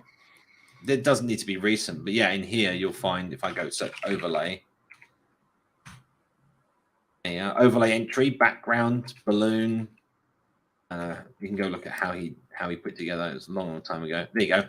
Overlay of target. Here, literally the show function. Overlay of target gets the render box of whatever the build context you passed in is, gets the position of that on the screen, and then assuming you get it, creates a shape overlay entry or whatever it is. And then I'm assuming, there you are, overlay entry, background overlay, where it animates it. And then somewhere down here, he'll add that overlay entry. Here you go, adds the entries to the overlay. Insert all overlays. There you go. Done. So that's how you do it. Question answered. Okay. Christoph, can one build a DLL SO from Dart code? That is a good question. I have not tried. Theoretically, there's no reason why you couldn't. You would have to, but the problem is you would ship the entire. Well, no, you wouldn't.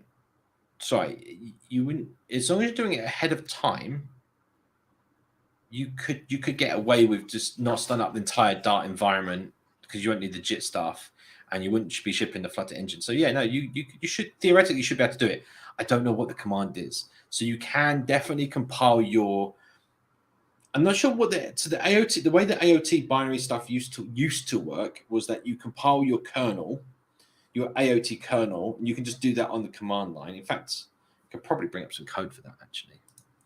If people, while he's doing that, could somebody remind me in chat what was the thing that we were supposed to show an example of that had to do with responsive design and layout builder and media query? We were going to show some code. Querying something and changing, querying the size of a window and then having it change the widgets, but not use media query or layout builder. Okay. Remind me of that in a minute. That's actually a really, especially considering that I have to do a live talk for Between the Brackets on Friday on this exact subject. So I want to make sure we get this in here for my notes. I'm gonna bring up some code here. Bear with me 1 second. That I wrote. This will blow everyone's minds because why not? So I wrote some code to compile I wrote some Dart code to compile more Dart code. So Wait, didn't we just talk about that a little while ago? Code gen and no, this is not CodeGen. This is answering what Christoph was saying. Well, to a certain degree, it's not. Christoph will know. I don't need to explain to Christoph. Right. Let's see if I can share this window. Share window. I've completely saved in the wrong directory, but whatever. Right. Let's change the shape of this and make it larger. Can everyone see that okay? I think that's big enough, right? Scott? I'm looking at something else for another question. I need feedback. Maybe a little bit bigger. A little bit bigger, you say? I don't want to get... you know what? There it is. There. Full screen it if you want to see it. There you go. Right. So what we've actually got here, so I'm just setting up some basic things. So this takes the executable from the path. I won't go... I just want to explain some beginning bits. So this takes the executable that we're running, platform.resolved executable. So if you compile your app, that's what you're running. Takes the parent directory. That's the binary directory. That's the directory that you're running your app in. Then which the executable suffix. So on Windows it's .exe, nothing constant. The other platforms. This is the binary. So inside this is the directory. This is the directory that Dart is running in when you run this script. And this goes and finds the .iot runtime binary. Then it goes and works out where the snapshot is to generate kernel files. And anyway, it builds up a bunch of stuff to do with the internal workings of the way Flutter works for building. I'll share this, by the way. I'll stick it up on the gist. And then see here, so you just run this Dart, in this case, my compile script with whatever I was compiling. In this case, it was a server code. There you go. That's the reason why I did it. There's a little comment in there. There's a long time ago. Anyway, so this just goes through, builds it up. And then here's the thing. We just do what we're just saying. Process.run sync runs the Dart executable with this time with the gen kernel. That's this snapshot here.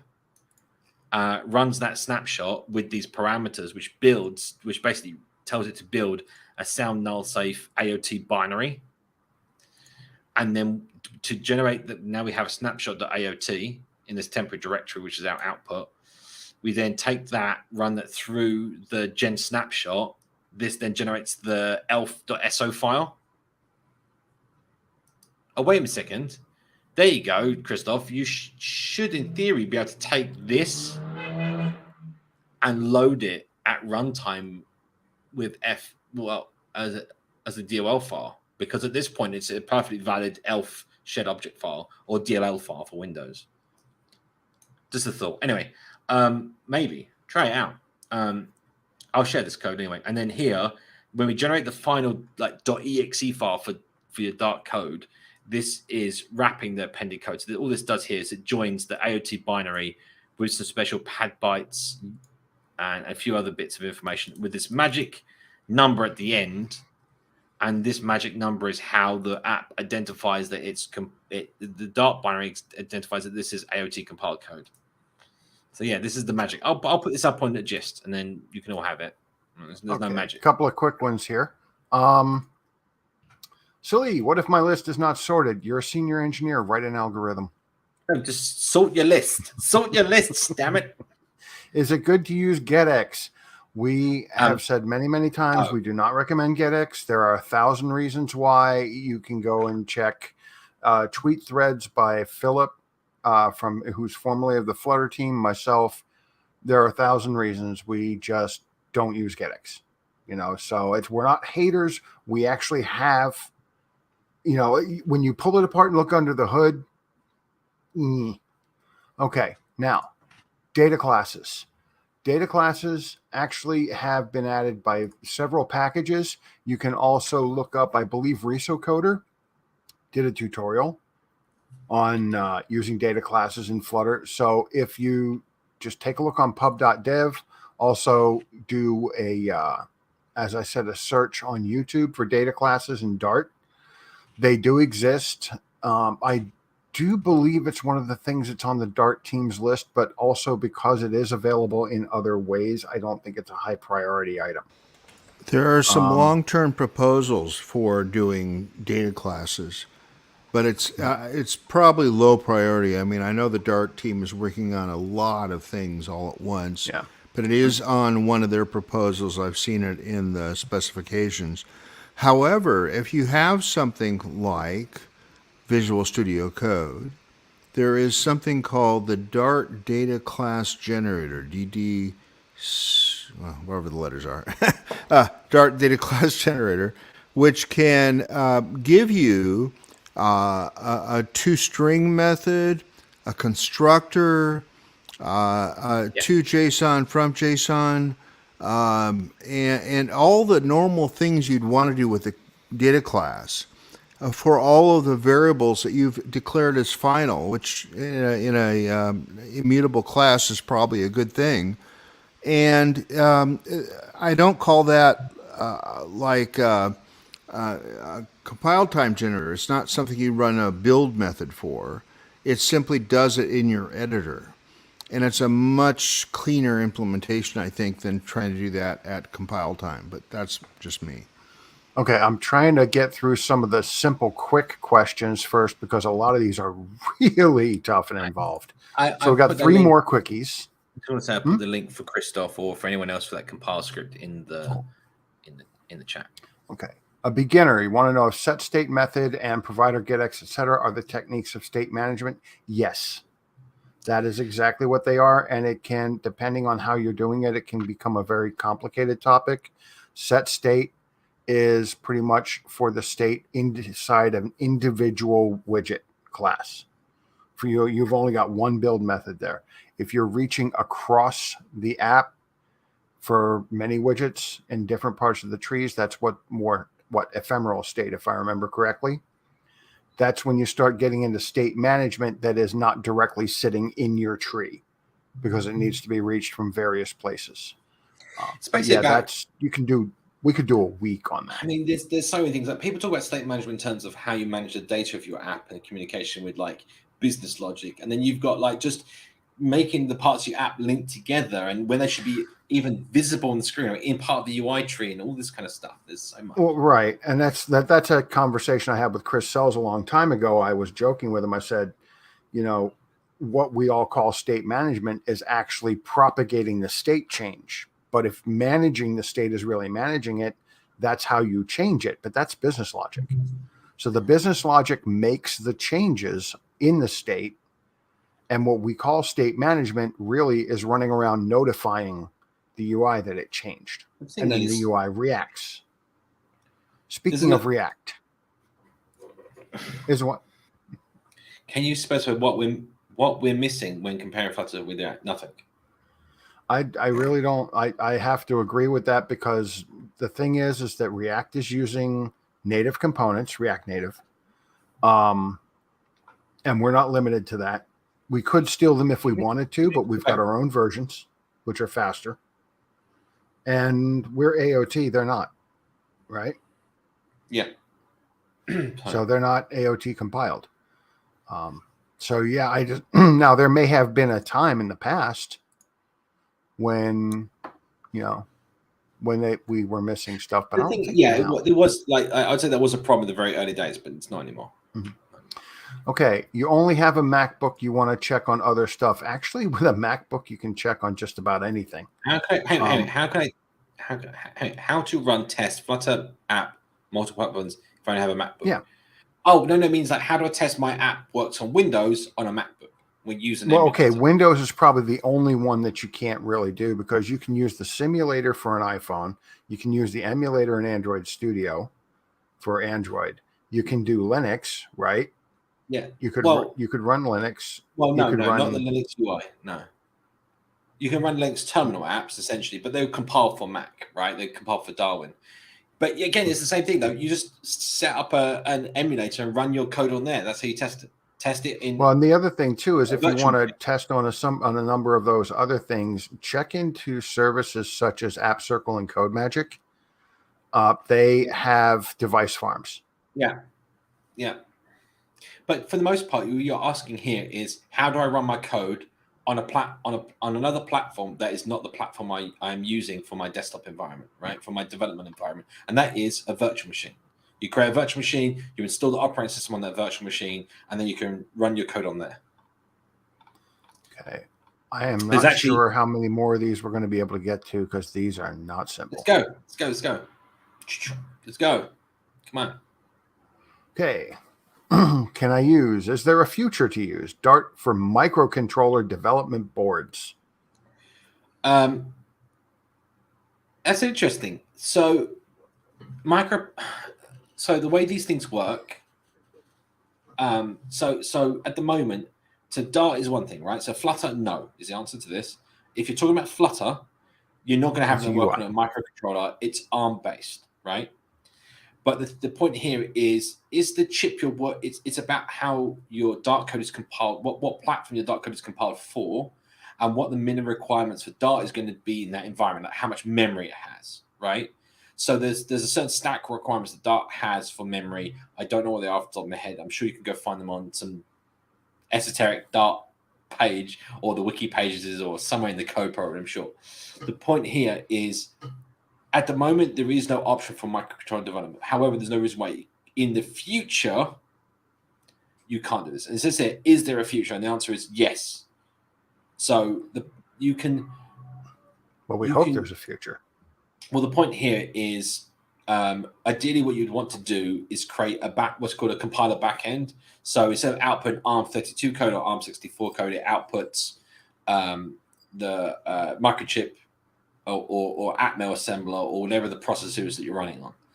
The nice thing, I will cover this about the last one quickly. The nice thing is most systems use most providers now have ARM Cortex M0 and M4 based microcontrollers, and those will run ARM code. So there's no reason why you couldn't compile your Dart code for that environment. The Dart itself, though, would require probably at the moment some Linux subsystem to be available to it, like standard C functions. So you could compile the Dart SDK and make it work with your platform. There's instructions on the Dart Lane repo about how you compile the SDK, so you can definitely do that. Interesting. Well, when building in that bundle, does Flutter generate native debug symbols? Where can we find it? In your build folder. There you go. So the build folder contains all the generated code, including all the temporary outputs, including the debug symbols. I think there might be, off the top of my head, maybe someone in the chat can correct me on this one. When you do Flutter builds, like app bundle or APK or something, is there an option to where to save them to? I think there's like a -- I seem to remember there's split debug info. There you go. Is that it? Yeah. Store the Dart program symbols in a separate file on the host rather than the application. That's probably what you want. So there's an extra parameter. So just run. If you're curious, I'll put this in the chat somewhere. Hang on. Make a banner. That's literally all about because most of the people who see this do not get the chat, because when I went to watch the video, it did not have chat. That it does. The live chat does come back, but hang on, it does come back on all our videos. It takes time for it to be processed by Google. So after our live things finish, give it a couple of hours, and then the live video will be up and running. Will be processed by Google, and it'll have live chat. Anyway, Flutter build app bundle -- help. In the past, they had a tick box, Scott, to enable live chat. If you didn't tick it, we didn't get live chat in the save. That may be because it's always saved. Anyway, you can disable live chat, but it's always saved. Anyway, Flutter build app bundle -- help. You can replace app bundle with APK with iOS, and it tells you. You type this in, it tells you all the command line parameters you can add when you're running this command to do stuff, right? And the one we just talking about is split debug info, which generates a separate file, file in your directories for the debug symbols for Dart. That's probably what you want. That's what I suggest you try. While we're talking about the next one. Oh, I'm sorry. I'm just trying to keep moving here. And there's something looking. While we're talking about the next one, Gudchen, you're talking about something something has been removed from the VS Code marketplace, and the problem is that there's been enough lag. I'm not sure exactly which thing you're talking about. Always put the context in your questions. Always put the context. We were talking unfortunately, by the about time we see this, we're 12 behind. We were talking about the Dart data code generator when that question came up. Possibly. And I don't know why. I don't think it's gone from the VS Code marketplace. It shouldn't. There's no reason for it. It's a great thing. Do you know what it might be? It might be non-compatible with the latest versions of VS Code. So if you're on a newer version of VS Code, it doesn't come up in the marketplace. Possible. But even if it is the case, there's plenty of code generators and other solutions on PubDev that you can go use. Okay. How about if I want to implement other technologies like C#, C++, Rust, React? Will it work for different platforms as one code base?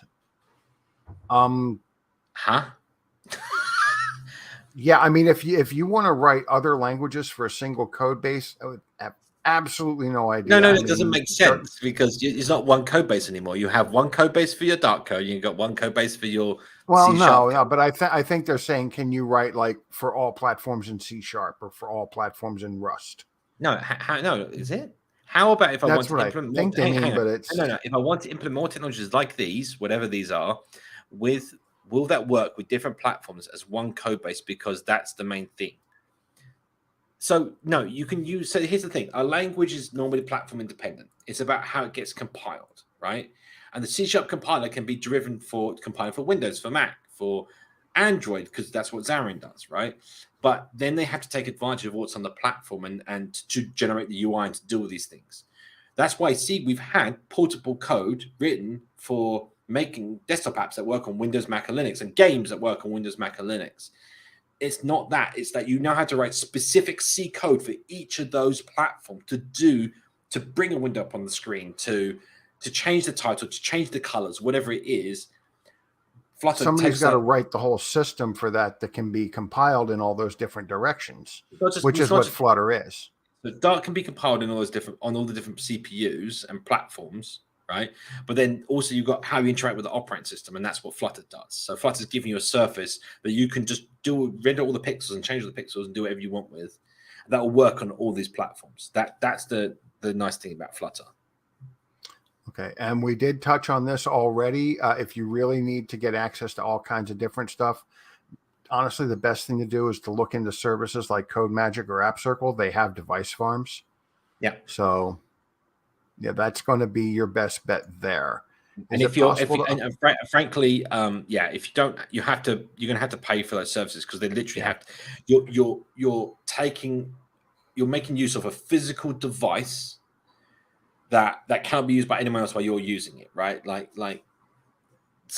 having CodeMagic run a Mac Mini to build your app because it needs to be built on a Mac computer because it's Apple, right?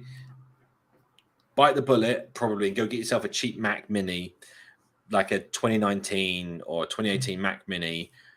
Stick an SSD in it. And go check. You can update the hard drive because you definitely want to put an SSD in there to give it some. Be careful which one you get. The one I got cannot have a hard drive put in it. Check. I paid it for like $400. To be honest, it works. It does the job for you, right? Yeah. And the thing is, also the new M1s, they're super cheap now. They're super cheap in comparison to some of the other ones. You might even find a cheap one there. So by having a Mac Mini, that takes care of the Apple and the Mac and the iOS side of things.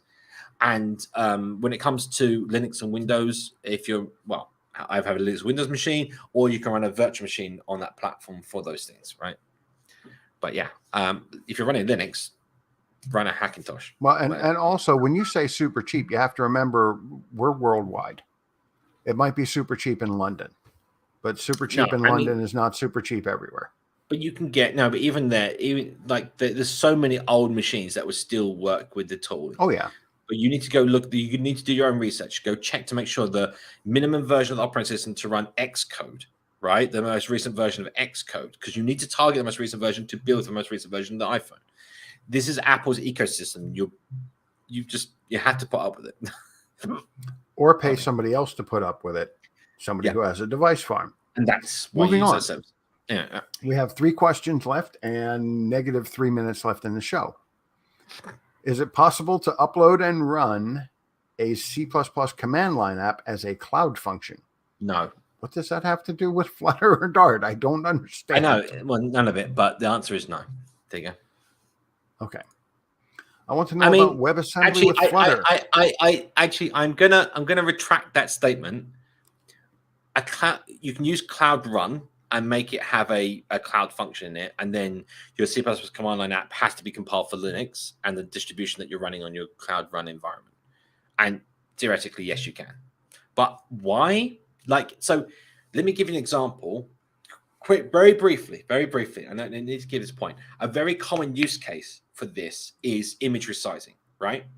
So you upload an image to like a bucket, you then call a cloud function to read that image from the bucket, run it through Image Magic, which is a popular command line suite of tools to do image manipulation, and it outputs a file that you then push back up to the bucket or save or whatever. And the thing is, you ideally don't want to ship Image Magic with your app, right? So what you do is when you build in this case, a cloud function, you build a container, and in that container, you download, like with apt-get or whatever the package manager is for Linux, you have it download Image Magic as a library. And now you can access the lib file, the library file, as if it's C++ code using Dart FFI. So you can call directly into the library without ever touching the command line. That is the best way to do that, and you can do that right now. Anyway, it may be the best way to do that, but it's the best simple. way to accomplish the goal. It's the best way. No, yeah, it is. That's the best way to do that kind of thing, right? Okay. Want to know about WebAssembly with Flutter as a base of information. How will it work? You compile your code to WebAssembly, it runs. Yeah. I mean, if you want to really dig into it and work on the SDK, feel free. But if you just want to use it, if we go look up the Flutter roadmap, from the GitHub. You know what I'm talking about? Yes, here it is. Hang on, let me see if I can bring this up on the screen. Let's go for a little exploration. This is the second to last question. Here we go. And I'm going to throw out a plug here in a minute. So this is I'll post this show up on Friday. Post this link in the chat. I post a link in the chat. Hopefully this comes up. Here we go. This is the official Flutter roadmap. And this was updated recently. And in here, they talk about WebAssembly somewhere. WASM. There you go. WASM GC.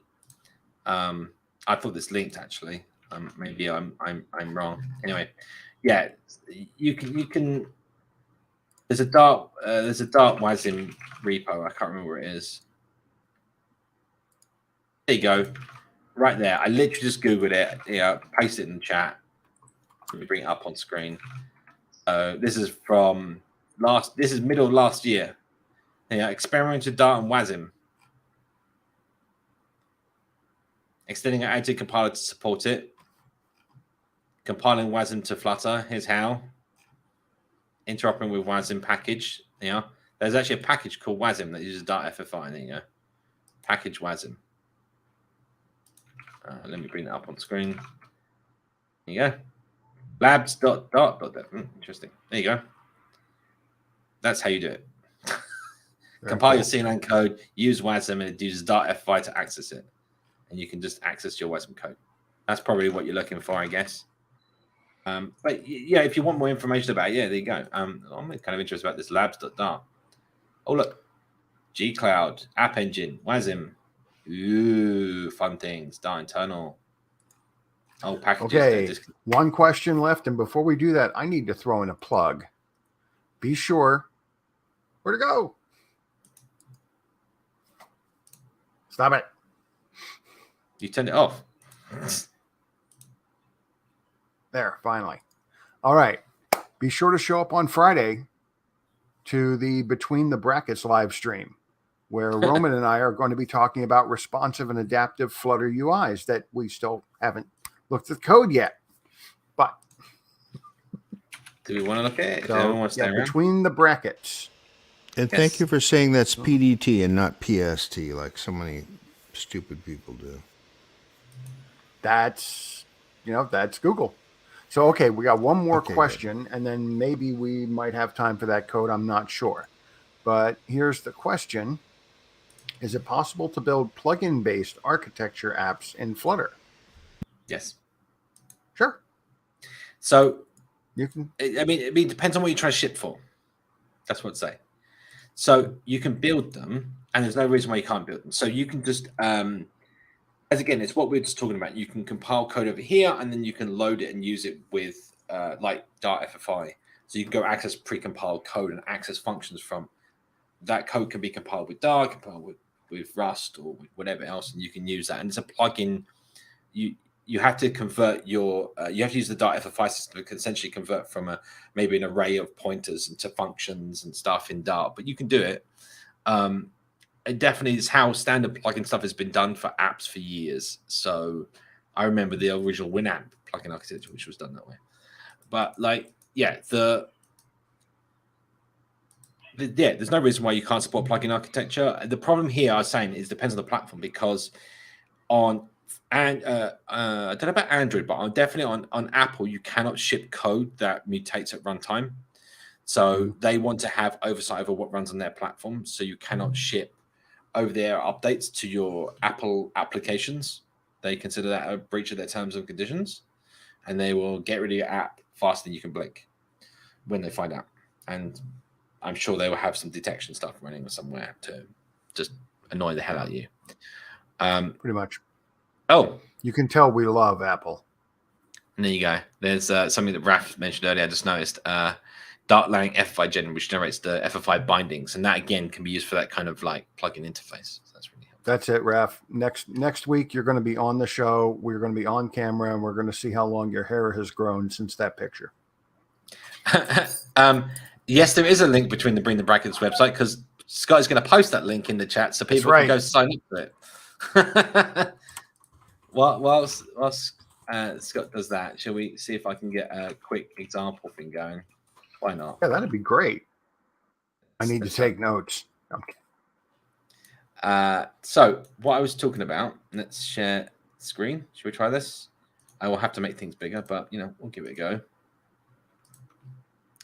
This is probably we'll just do this. Oops. There we go. Get it right in a second. Let's do this for now. Let me chuck a new Dart file in, and we'll call it. What are we calling this? This was like sidebar.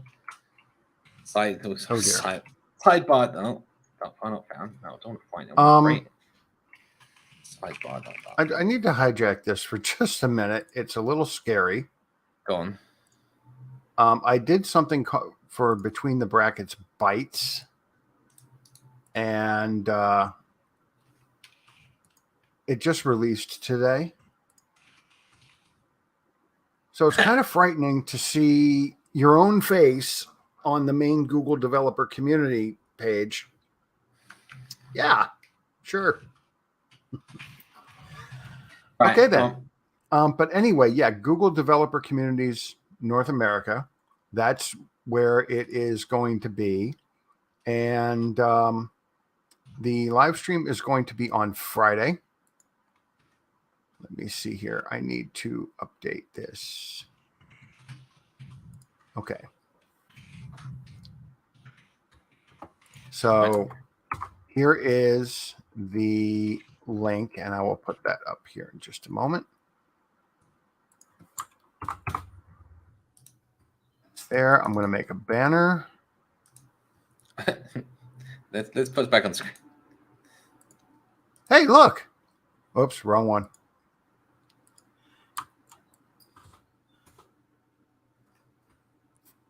Yeah, there you go.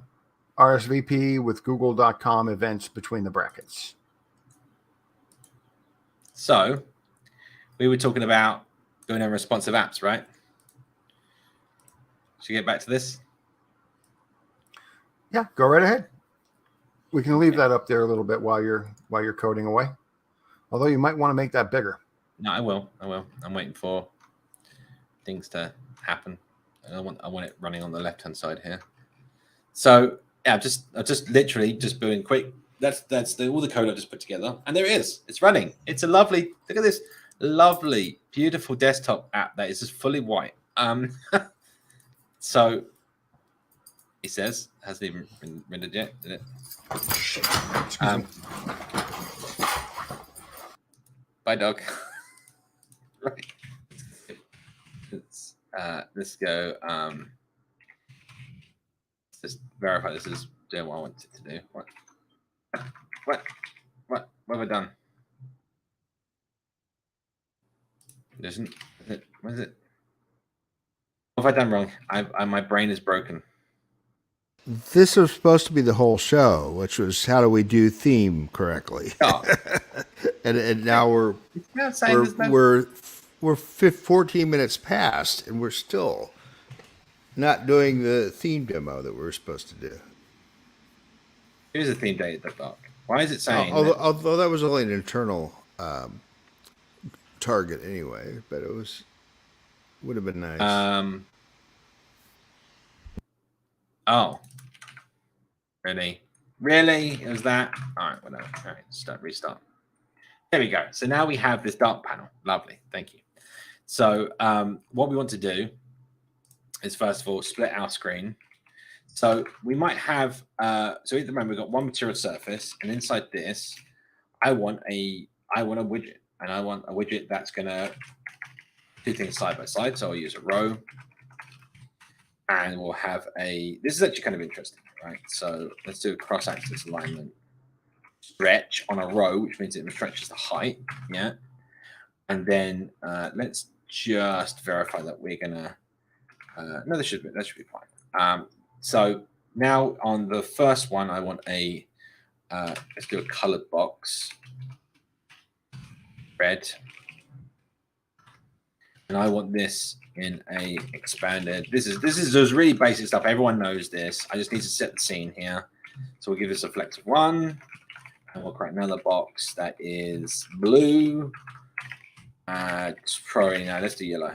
Those two colors maybe sit more opposed to each other, and then we'll do that as 4. So we have 1/4, 3/4. There you go. Right. Let's do 1 and 3. Whatever. 1 and 2. We'll do thirds. Right. So that might be, you can see it just sizes up, sizes down, whatever, right? So the thing with this is that we want to change maybe this fraction based on something, or we just want to hide this first one based on something. Now, your first sort of go-to is to say what we were just talking about earlier, which is media, like having a media query. This is going to be querying data, obviously. Oops. Who does that? So anyway, why?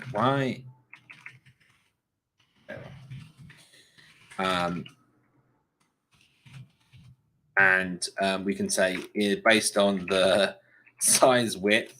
This is bad. Let me just tell you, this is bad. So if it's less than 100, no, let's say less than, I don't know, 1,000. I don't know what width is. So if this is greater than 1,000, greater than or equal to 1,000, then include this expanded. So it's gone, and then I'm going to, as a resize, boom, there it appears, right? That's your first inclination. But what's actually happening here is if I was to do a print statement here and say media query, this is really a bit crazy, but we'll do it anyway. Size, right? So as you can see down here, it's called twice. And then as I resize, it gets called a bunch more. And each one of those print statements indicates a build, right? Which is fine. It's not that many, but this adds up. When you start putting media query of on all your widgets, suddenly all your widgets start doing rebuilding, right? So what we want to do is fix that. So one way we can do that is we'll create a stateful widget, and we'll call this sidebar host. Sidebar one word. Let's do one word. And then what I want to do is have two widgets. One is the sidebar, and one is the content. And we'll have those passed in, sidebar and content. So let's now take our row move it down here. And we'll take our two. We'll leave the flexes. We'll do the flexes. Leave the flexes. No, let's do flexes. Here on our main widget, we'll use that widget that we just made. Sidebar host. We have our sidebar, which is this widget. Content, which is yellow. Good green. Let's make it different. Where we're at. And oh, look at that. All that. I can make that constant. How amazing is that? Right. Anyway. So now I've done that. How do we get to make this decision where we update the logic? So what we can do instead is say with widgets binding. I think it's a mixin. Oh, it's an abstract class. That should work fine for what we want. We have a did. No, look, it's not going to do what I want. Probably because of this error. I had that before where suggestions don't work, and I can't remember why. Look, there's even an example here. Look at that. Lovely. Let's copy and paste that in.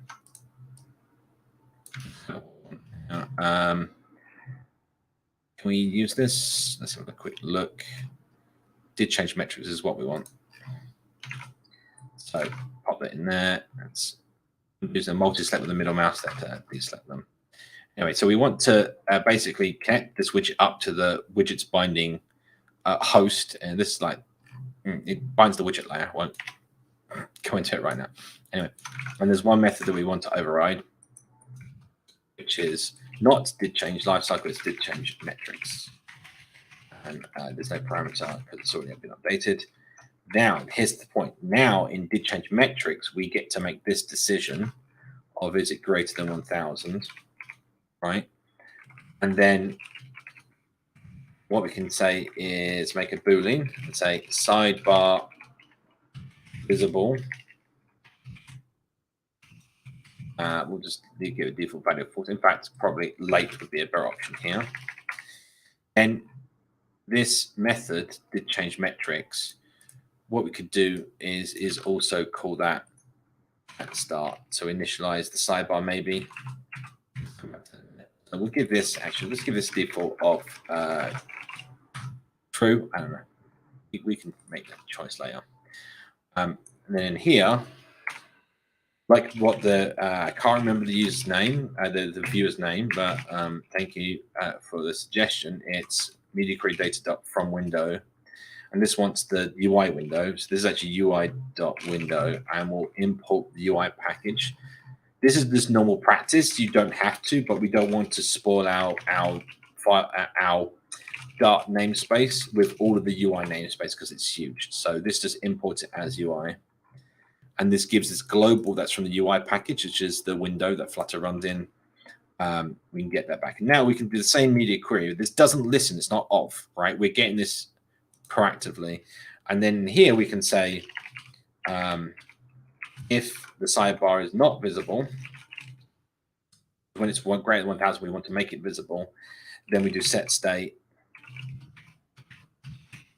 Sidebar visible is true. And then down here, if it's visible is true and it shouldn't be true anymore, we set it to false. This way, we're only causing set state if we need to change the value. Yeah.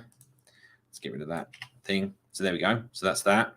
Then down here, we're using essentially our cached value of the sidebar visible for our layout.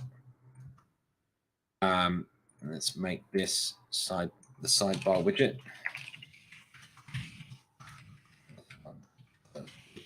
And now we start. There's our green block and resize. Hey, it still works. But now, if I've got my print statement up here, that's still working because I still have the media query up here. Let's just verify that, right? So now, if I take that out, that's our main layout, sidebar host with the two widgets. And then down here in our sidebar host, we've now got this change. So I'm going to make a print statement here and say, let's say, making visible sidebar visible.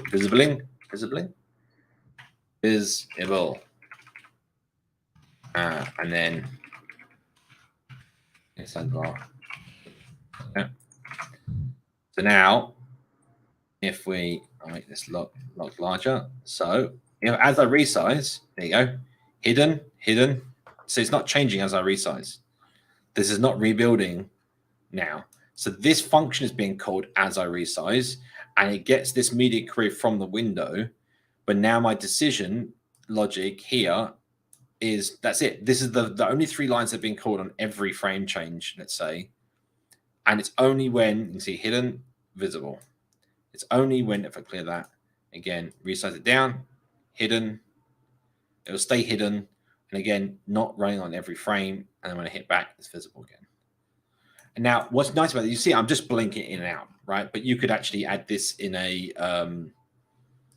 if you set this to expanded, let's say, we could set this to a fixed width. Let's say it's size box width 300. I don't know what size it is. Do that. Yeah. So now we have a fixed width box. So when it's smaller, it hides. When it's larger, it shows. And then we can wrap that in a what's that animated size? It's an implicit animated size, isn't it? I think so. Let's see. Let's see if I break everything. Constant duration. How long do we want it to animate for? 300 milliseconds? Maybe it's too fast for the stream. Let's do 600. Well, don't forget, animated size doesn't quite act the way people would instinctively think. It will do what I want it to do. There you go. It'll do what you want. I also want to point out a couple things. If you look at Simon's width, it says 300.0. The linter will yell at you for that and say to just use the whole number without the decimal point since there's a 0 after it. A number of people disagree with that because the 0.0 is what tells you it's a double and not an int. So, and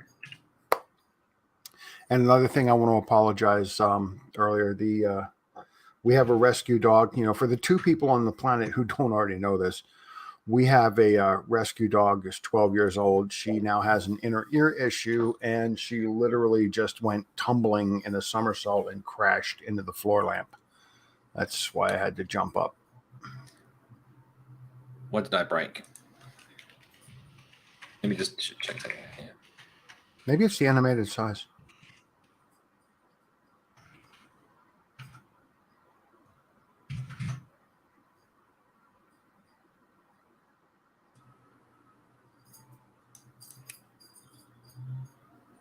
Why no work? Do I really want to deal with this right now? I'm sure someone's telling me that I'm doing something wrong. That's always what happens on live stream. Duration. You should never tackle a task like this when we're already 30 minutes over the show. Yes. Anyway, you get the idea. That could nicely animate close. We're 30 over. Let's go. Could nicely animate close and open. Yes. You should change to column.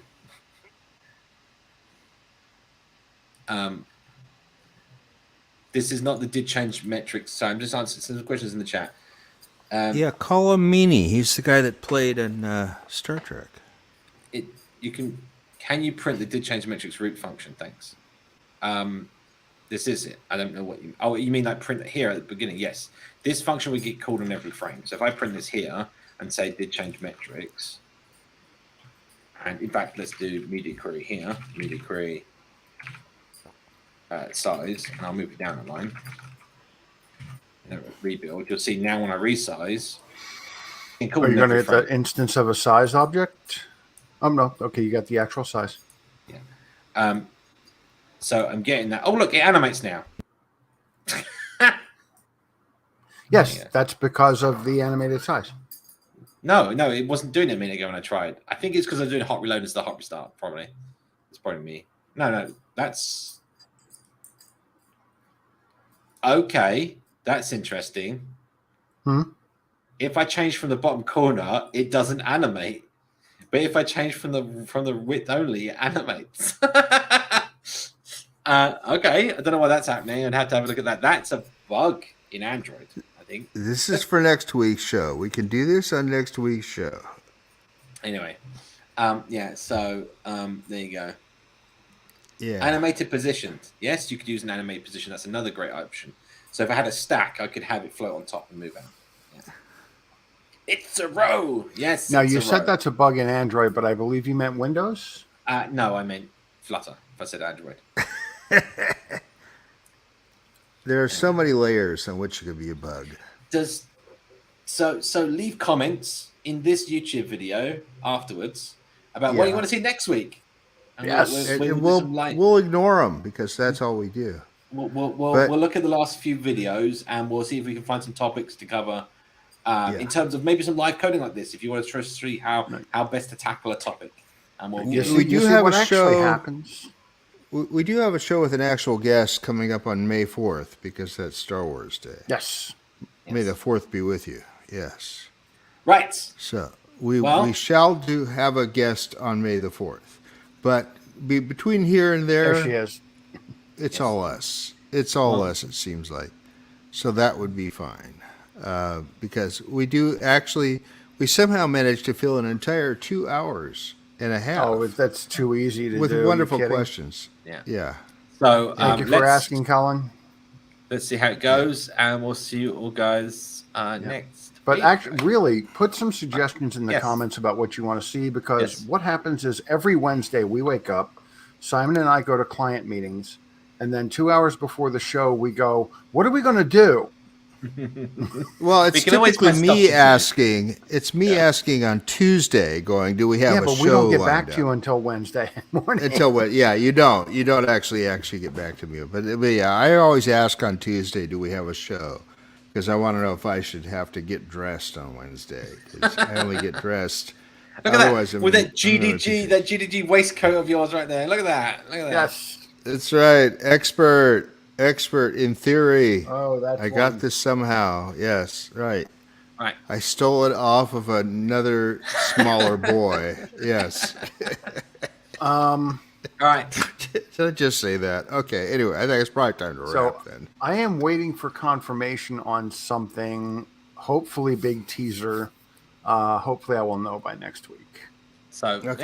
yeah, we'll catch up with everyone next week.